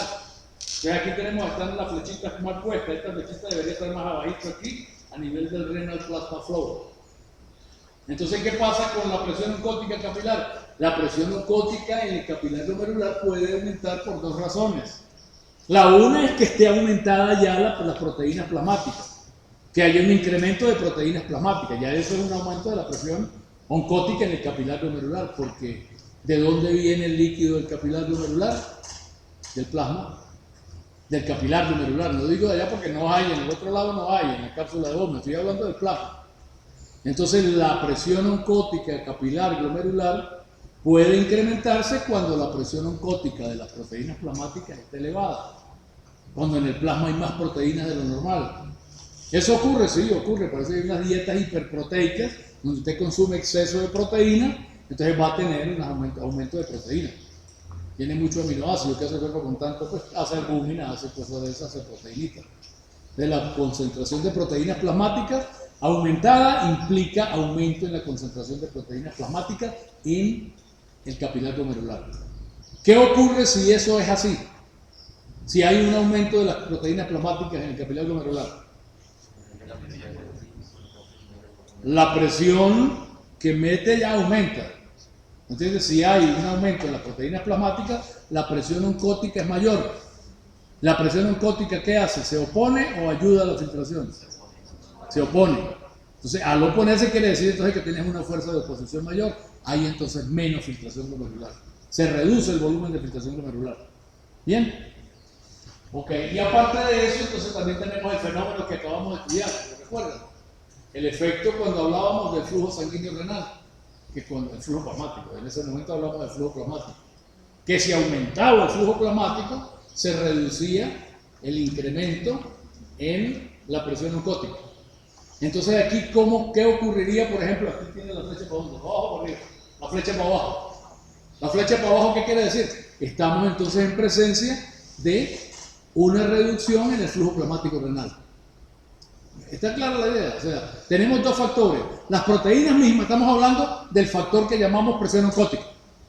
Y decimos, hay dos cosas que pueden modificar esa presión oncótica. La cantidad de proteínas plasmáticas, por un lado, y también lo que la tasa de incremento del gradiente de presión oncótica a lo largo del capilar.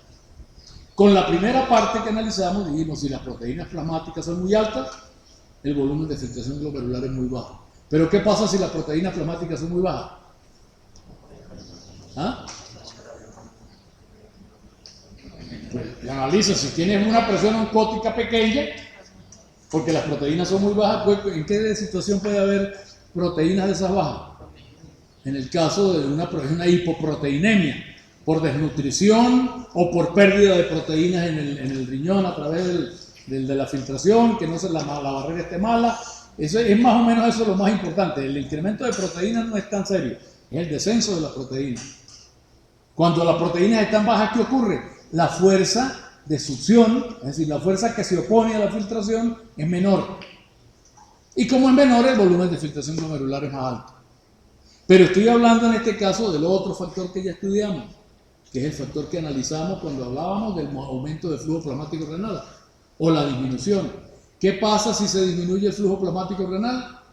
Ocurre que el punto de equilibrio se alcanza más a la izquierda. La presión oncótica sube más, y si la presión oncótica sube más, el volumen de filtración glomerular baja. ¿Y qué pasa si se corre el punto de equilibrio hacia la derecha? Entonces se retarda el ascenso de las proteínas, y como se retarda, la fuerza que actúa es menor y el volumen de filtración glomerular aumenta. Eso fue lo que estudiamos antes. Bueno, con eso dejo claro ya más o menos. Voy a dejar hasta aquí lo relacionado con la filtración glomerular, de manera directa. Hay otros cuadritos acá que me muestran algunas cosas, pero eso se los dejo para que ustedes lo examinen. Ahí tienen, pueden ver, la enfermedad renal, la diabetes mellitus, la hipertensión, actúa bajando el flujo glomerular, aumenta, disminuye la fuerza de filtración. Bueno, ¿por qué? Analicen ustedes, por cuidado. No es muy difícil, es una repetición de lo que ya les dije. Ustedes lo pueden ver ahí como un repasito. Pero vayamos a terminar con esto de los movimientos de líquido y de las presiones y de la filtración. Hablamos de la filtración. Dijimos que la filtración glomerular ocurría en los capilares glomerulares, pero que en los capilares glomerulares no ocurría lo que ocurría en los sistémicos. En el sistémico, la primera parte filtra, la segunda parte reabsorbe. ¿Lo recuerdan? Resulta que en los capilares glomerulares solo filtra. O sea, al final del capilar glomerular no se produce la reabsorción. O sea, no tendría tampoco sentido. Es bueno que solo filtre. Y solo filtra por las características esas que vimos. La presión hidrostática no cae. Si la presión hidrostática cayera mucho, a lo mejor habría reabsorción. Al final, como hay en el capilar glomerular, en el capilar sistémico. Pero aquí no. Acabamos de dejar atrás el volumen, la filtración glomerular, y vimos que los capilares glomerulares se comportan como el sector arterial de los capilares sistémicos. ¿Lo dije? ¿Lo dije? ¿O no? Los capilares glomerulares tienen un comportamiento similar a la porción inicial de los capilares sistémicos, es decir, solo filtro. ¿Y qué pasa con lo que se filtró? Con lo que filtró pasa que si no se reabsorbe se pierde. Hay que reabsorber. Entonces debe existir una manera de volver eso a de donde salió. Si salió de los vasos, tiene que volver de nuevo a la circulación. Si salió de la circulación, en los capilares glomerulares, tiene que volver de nuevo a la circulación en los capilares. ¿Cuáles capilares serían entonces? ¿Habrá otro sistema capilar después de esto? ¿O ya terminamos? ¿Ah? Pues ya dijimos nosotros que el riñón tenía una característica muy curiosa. Un sistema que llaman sistema Porta, en el cual se producía una capilarización inicial entre dos sistemas arteriales, una arteriola aferente y una eferente, se capilarizaba, pero después la arteriola eferente volvía a capilarizarse, pero esa capilarización sí ya era la clásica, es decir, se hace en un sector arterial y terminaba en un sector venular, venoso, que se recogía, ¿sí? Pero resulta que sí tenemos una segunda capilarización. ¿De dónde sale esa capilarización? De la arteriola eferente. De la arteriola eferente en adelante eso se capilariza y forma por un lado los capilares peritubulares, principalmente en la corteza y en la zona inicial tal vez de la médula. Y después teníamos otros vasitos que eran los vasos rectos, que salían de las nefronas y ultramedulares, ¿sí? Y que descendían en la médula. Pero estamos hablando en este caso, vamos a hablar de los capilares peritubulares, ¿sí? Principalmente. Entonces, ¿qué pasa? Vamos a ver qué ocurre en los capilares peritubulares desde el punto de vista de las fuerzas estas que están actuando y de los factores que determinan si el líquido entra o el líquido sale. A ver qué ocurre. Entonces aquí tenemos un grafiquito que nos muestra, fíjate, aquí está lo que pasa en los glomérulos, no lo voy a analizar, eso ya está analizado. Pero cuando termina, cuando salimos aquí de la arteriola eferente y nos movemos hacia el final, es decir, cuando se inicia la capilarización, en ese proceso ocurren algunas cosas desde el punto de vista que estamos analizando, desde el punto de vista de la fuerza, de las presiones. ¿Entiendes? ¿Qué ocurre? En primer lugar, esta sangre que sale acá tiene una presión capilar glomerular que en esto la están poniendo como de 47 milímetros de mercurio. Es decir, cuando sale el líquido ahí va a una presión. ¿Cuál presión? Bueno, la presión que había en el extremo final de los glomérulos, que estaba como en 48 y ahora estaba ¿cuánto? Aquí estaba en 50 cuando entró y sale en 48 según esto, en 47, perdón. ¿Sí me entiendes? Cuando la presión estaba medida al inicio de los capilares glomerulares, la presión era 50. Al final ha reducido muy poquitico, por eso ni siquiera lo pone, por eso pone la línea así, porque es muy poquito lo que baja. Baja a 47 milímetros de mercurio. Esa presión baja es importante porque crea el gradiente que mueve el líquido por el capilar glomerular. A la salida de la arteriola eferente tenemos entonces una presión capilar glomerular. ¿Cuál es? 47 milímetros de mercurio. Y además tiene una presión oncótica. ¿Cuál es la presión oncótica? 35 milímetros de mercurio. ¿Ah? Cuando entró aquí la presión oncótica capilar era de 25 y subió a 35. ¿Por qué subió a 35? Ustedes son tan malos, tan atentos por responder y yo, profe, yo. ¿Por qué subió a 35?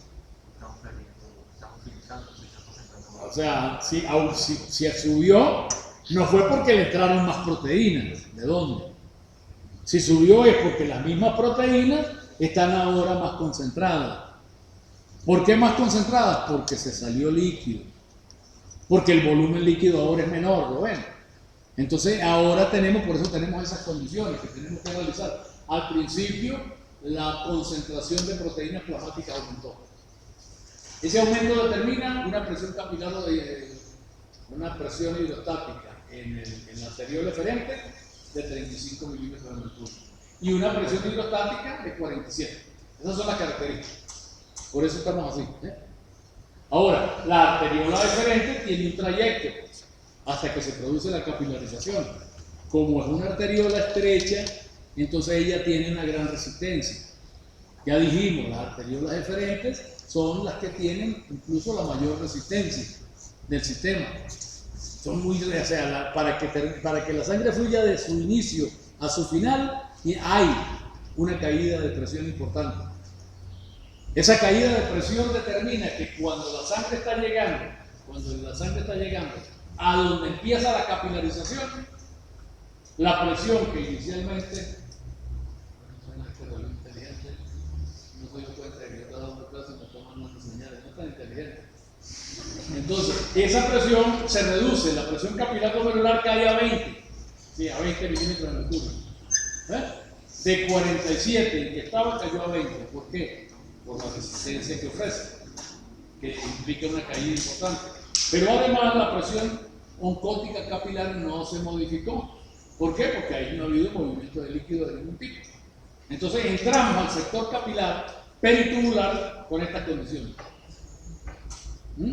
Afuera en el intersticio tenemos una presión, la presión intersticial esta, hidrostática, que es de alrededor de 8 milímetros de mercurio. Aquí hay una cierta presioncita, 8 milímetros de mercurio.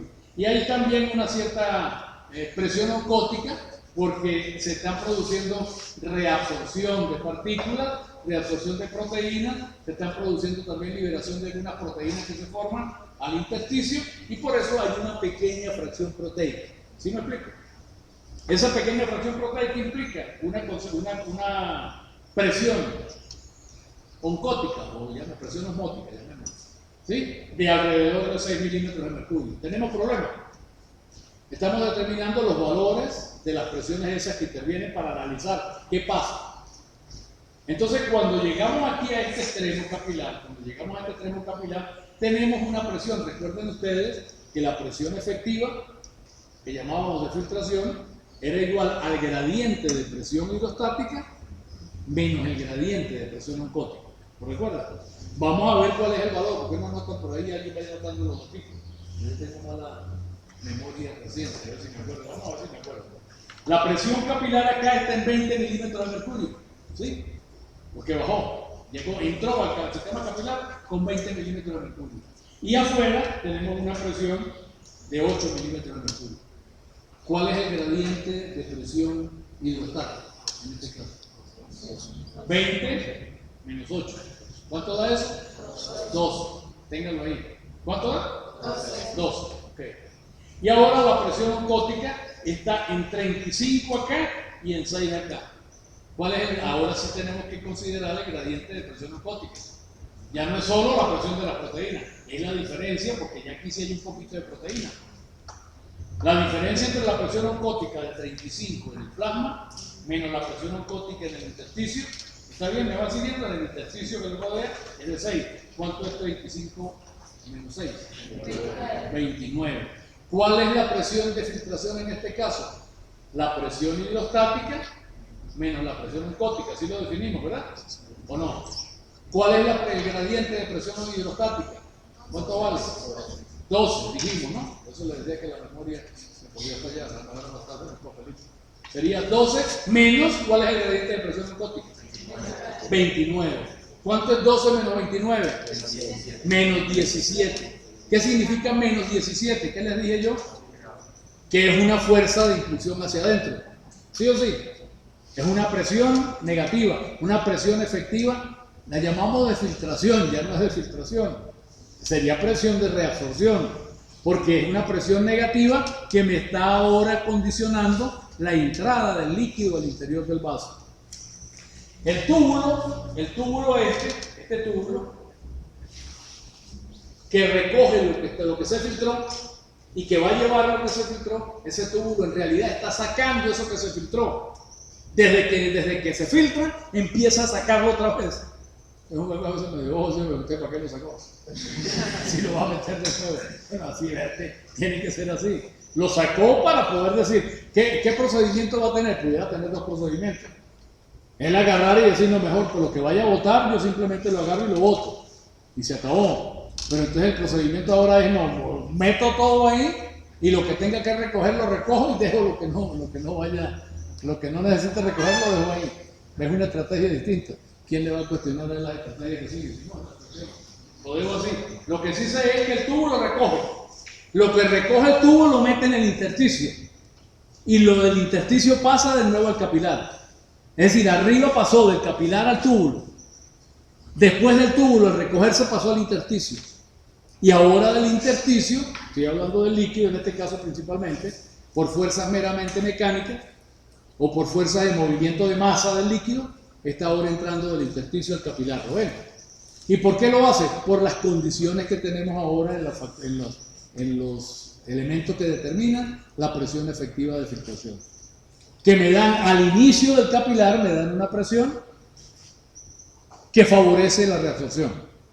¿Ven? Pareciera que estuviéramos entonces en presencia del capilar sistémico, del sector venoso del capilar sistémico. ¿Ven ustedes? Pero sigamos un poquito más adelante, vayamos. Se produce entonces el desplazamiento de ese líquido a lo largo del capilar, y ese líquido a lo largo del capilar pues se va produciendo un ingreso del líquido a los vasos, al vaso. Se va recogiendo, se va reabsorbiendo. Por supuesto, a medida que se avanza, eso se va modificando. ¿Por qué se modifica? Se modifica porque se va modificando tanto la presión hidrostática como la presión oncótica. ¿Por qué se modifica la presión oncótica? Porque ocurre ahora el fenómeno distinto, es decir, ahora está entrando agua al vaso y va diluyendo las proteínas plasmáticas. Entonces es lógico y aceptable pensar que la presión oncótica a lo largo del capilar peritubular se está modificando en sentido contrario a lo que lo hizo en el capilar glomerular. Ahora la concentración de proteínas plasmáticas baja porque le está entrando líquido. Y si baja la concentración de proteínas plasmáticas, baja también la presión que ella ejerce, es decir, la presión oncótica. Si llegamos al extremo, por ejemplo, al extremo del capilar, cuando termina la red capilar, cuando se va a verter en las venas, encontramos entonces que la presión capilar bajó, la presión hidrostática bajó de 20 a 15, es decir, hubo un gradiente de presión que es el que movió el líquido a lo largo del capilar, y bajó de 20 a 15. Esos 5 milímetros de mercurio se usaron para desplazar el líquido a lo largo del lecho capilar peritubular. Pero también vemos que la concentración de las proteínas disminuyó de tal manera que la presión oncótica ahora es de 25. Hagamos el cálculo. ¿Cuál es el gradiente de presión? ¿Cuál es el gradiente de presión hidrostática? En este caso, la presión adentro, que es 15, menos la presión afuera, que es 8. ¿Cuánto da eso? ¿A cuánto? 7. Ya tenemos el gradiente de presión hidrostática. ¿Qué pasa con la presión oncótica? Sería entonces 25 menos 6. Entonces, 19. ¿Cuánto es 19 menos 7? O bueno, perdón, 7 menos 19 menos 12. Es decir, al final del sector capilar, todavía las fuerzas de movimiento del líquido siguen siendo favorables a la reabsorción. Entonces, todo el trayecto del capilar peritubular, en todo su trayecto, ese capilar es un sistema de succión. Es un sistema que está ya no filtrado, está succionando, entre comillas. Es decir, el término técnico es estar reabsorbiendo, pero me gusta más la de succión porque me da como una idea más clara de la cosa. Si allá se salía el líquido, aquí se chupa de nuevo el capilar, ¿eh? Se succiona si se quiere. ¿Y por qué? Por los cambios esos de presión que estamos viendo. Entonces resulta que el sector capilar peritubular viene a corresponder al sector venoso del sector sistémico. Entonces en el riñón el capilar se dividió en dos redes. Uno mantuvo las características de filtrado del sector arteriolar o arterial del capilar sistémico. Y el otro, la otra capilarización se parece más entonces al sector venoso. El uno filtra y saca el túbulo y el otro recoge lo que el túbulo vuelve a meter al intersticio para llevárselo de nuevo. Total que cuando la sangre sale por los capilares peritubulares, está recogiendo y llevándose todo lo que el riñón procesó y vertió dentro del espacio intersticial. Se lo está llevando y se lleva pues casi todo. De nuevo, reabsorbe casi todo el agua, reabsorbe casi todo el sodio, casi todo el potasio, casi todo el cloro, casi toda la glucosa, todas las proteínas, ¿cómo se llama? Las proteínas, bueno, no había tanto.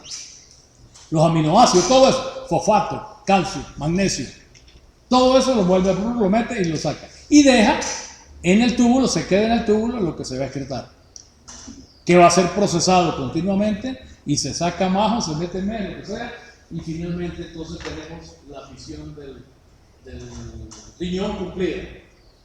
Líquido que está por aquí, líquido que se reabsorbe por abajo. Fíjense ustedes que acá cuando vemos, este es lo que pasa con esas presiones que estamos estudiando en el capilar peritubular, el inicio y el final. El inicio, ¿qué calculamos para el inicio? Para el inicio calculamos una presión efectiva de filtración de 17 milímetros de mercurio en el sentido de la reabsorción, ¿sí? Y para el final, ¿qué hicimos? Calculamos 12 milímetros de mercurio. Es decir, durante todo el trayecto del capilar peritubular, las fuerzas están orientadas en el sentido de la reabsorción. Aquí tampoco hay entonces una parte final donde la reabsorción se invierte. No, primero que no tiene sentido. Pero entonces quiero que quede claro. ¿Está clara la idea? El capilar peritubular, ¿qué hace? Recoge lo que está recogiendo el sistema tubular y se lo lleva de nuevo. Y lo hace, y eso se permite por las fuerzas esas que están modificadas y que ahora, en vez de favorecer la filtración, favorecen la reabsorción. Y vamos a entrar entonces al transporte tubular. Ya dejamos a un lado. Eso no quiere decir que no vayamos a hablar más del volumen de filtración glomerular. También lo vamos a considerar de alguna manera. Pero vamos a entrar entonces de lleno en la función tubular.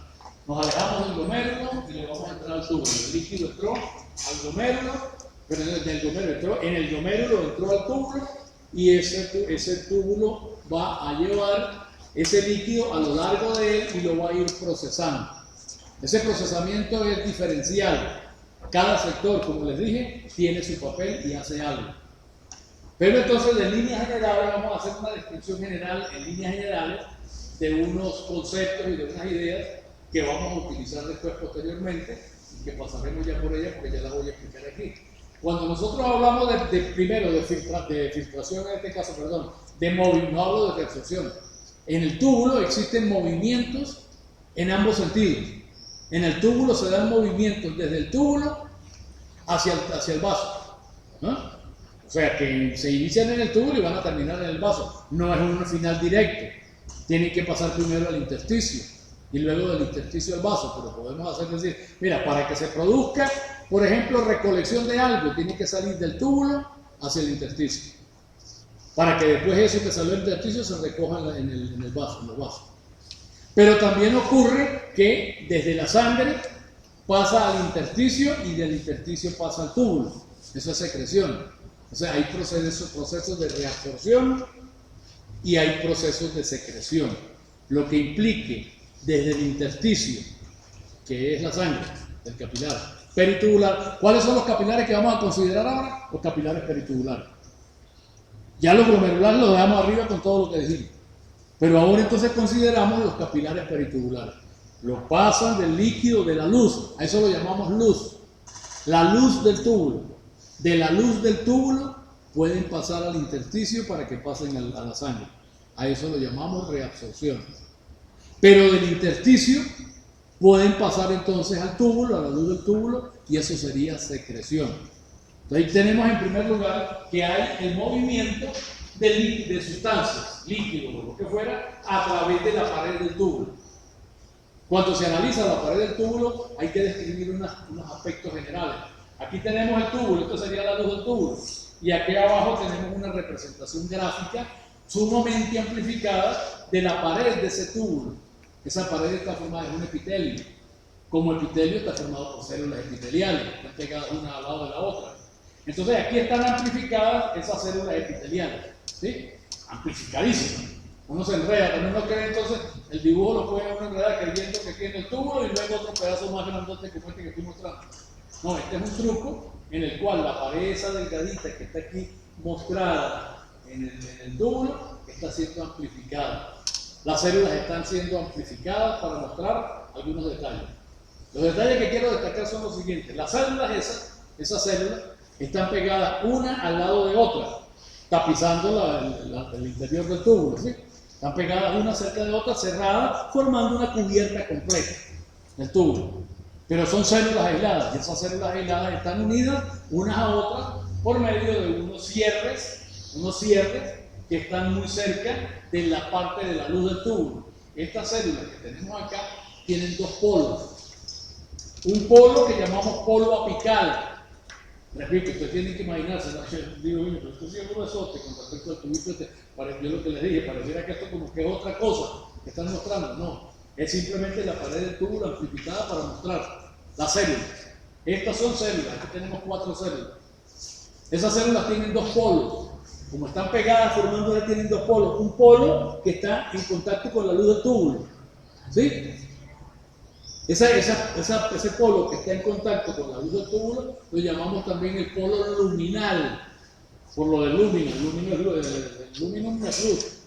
O sea, entonces el luminal porque está hacia la luz del túbulo. Pero también se le llama el polo apical, como si esa fuera el ápice, la punta de la célula. Y la parte de abajo, esto se llama parte basal. Entonces tendrían las células, hay algo ya que tenemos que tener en cuenta. Tienen un polo apical o un polo luminal, que es el que da, la cara que da hacia la luz del túbulo. Que es la cara que está bañada de lo que hay en el túbulo. Es decir, es la cara que está en contacto con el líquido tubular. Eso es todo. ¿Ah? Y entonces todas las células tienen esa cara, porque si no, bueno, están tapizando el túbulo por dentro y tienen una cara en contacto con la luz del túbulo. Pero entonces después viene la parte que se aleja y tienes una parte basal. La parte basal está en contacto con el intersticio. Pero no se llama solamente basal, porque resulta que está en contacto con el intersticio estas partes de los lados también, los lados de la célula. Por eso se habla más bien de la zona vasolateral. O sea, sería el polo basal de la célula, pero el conjunto completo de la estructura esa que está metida en el intersticio se le llama entonces sector vasolateral. Y a la membrana se le llama membrana vasolateral. ¿Cuál es la membrana vasolateral? Esta que señalo acá. Todo esto es membrana vasolateral. Para esta célula es esta. Por supuesto, es un corte en un plano. Eso es tridimensional. Quiere decir que alrededor de cada célula, toda esa membrana que está metida dentro es membrana vasolateral. Y la membrana apical es solamente la membranita de arriba, la que está en contacto con el tubo. Esos detalles es importante que los tengamos claros inicialmente. Entonces, las células se organizan de esa manera, con un polo apical o un polo luminal y un polo basal. Pero el basal incluye también las partes laterales, entonces mejor hablamos de sector o zona vasolateral. A la membrana la consideramos la que está para arriba, la que está tapizando el polo superior, la llamamos membrana apical, membrana luminal. Y a la que está en la parte interna, que tapiza los lados de la célula y también la base abajo, la llamamos vasolateral. Y entre las células existen unas uniones muy apretadas, que se llaman en inglés tight junction, en español uniones apretadas.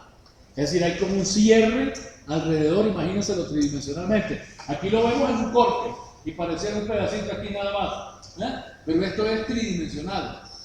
En el plano pareciera, ver aquí está así, están unidas como si fueran las cositas planas y ahí está el sitio de unión. Ese sitio de unión es muy apretado, es apretado. Ese sitio de unión tiene variación, está constituido por proteínas, por supuesto, de unión como se llama zona ocludes, creo que se llama, es el hecho de que ahí eso se llaman también uniones apretadas. Una célula produce una proyección y la otra y se entrelazan y entonces cierran el espacio ese. Ese espacio cerrado varía, dependiendo de la composición, varía de una zona a otra. En algunas zonas es sumamente apretado. Es decir, apretado, ¿qué quiere decir? Que no deja pasar nada. Y en otros es más laxo. Permite el paso de alguna sustancia, incluso de líquido y sustancia. ¿Entiendes? Entonces ya ahí hay una diferencia. Los sectores tubulares tienen distintas maneras de mostrar este esquema general. Distintos tubos tienen distintas células con distintos componentes, con distintos espesores incluso. Unas son células anchas, gruesotas, otras son células planitas. Los epitelios delgados, lo que llamamos zona ascendente y descendente delgada, son epitelios muy delgaditos, con células muy planas. Y el túbulo contoneado proximal, por ejemplo, tiene una célula gruesa, grande. lo mismo que la rama gruesa del asa de Henle o el resto de los túbulos. Bueno, entonces resulta que bueno, estas uniones apretadas, repito, son de apretamiento diverso o distinto dependiendo de las distintas zonas. Mire, vamos a terminar con esto creativo. Entonces resulta que ya vamos viendo algunas diferencias. Tenemos la luz del túbulo y tenemos unas células organizadas de cierta manera con unos detalles que ya tenemos que manejar. Pero además de eso, entonces, estas células producen, expresan una serie de moléculas que se expresan unas de un tipo en la membrana apical y otras de otro tipo en la membrana vasolateral. La membrana vasolateral tiene moléculas transportadoras, o sea, por aquí van a pasar las sustancias. Esas sustancias, en su mayor parte, pueden pasar algunas por difusión, otras por filtración. El agua puede pasar fácilmente, por ejemplo, pero algunas solo pueden atravesar a través de la célula. Eso se llama la vía transcelular.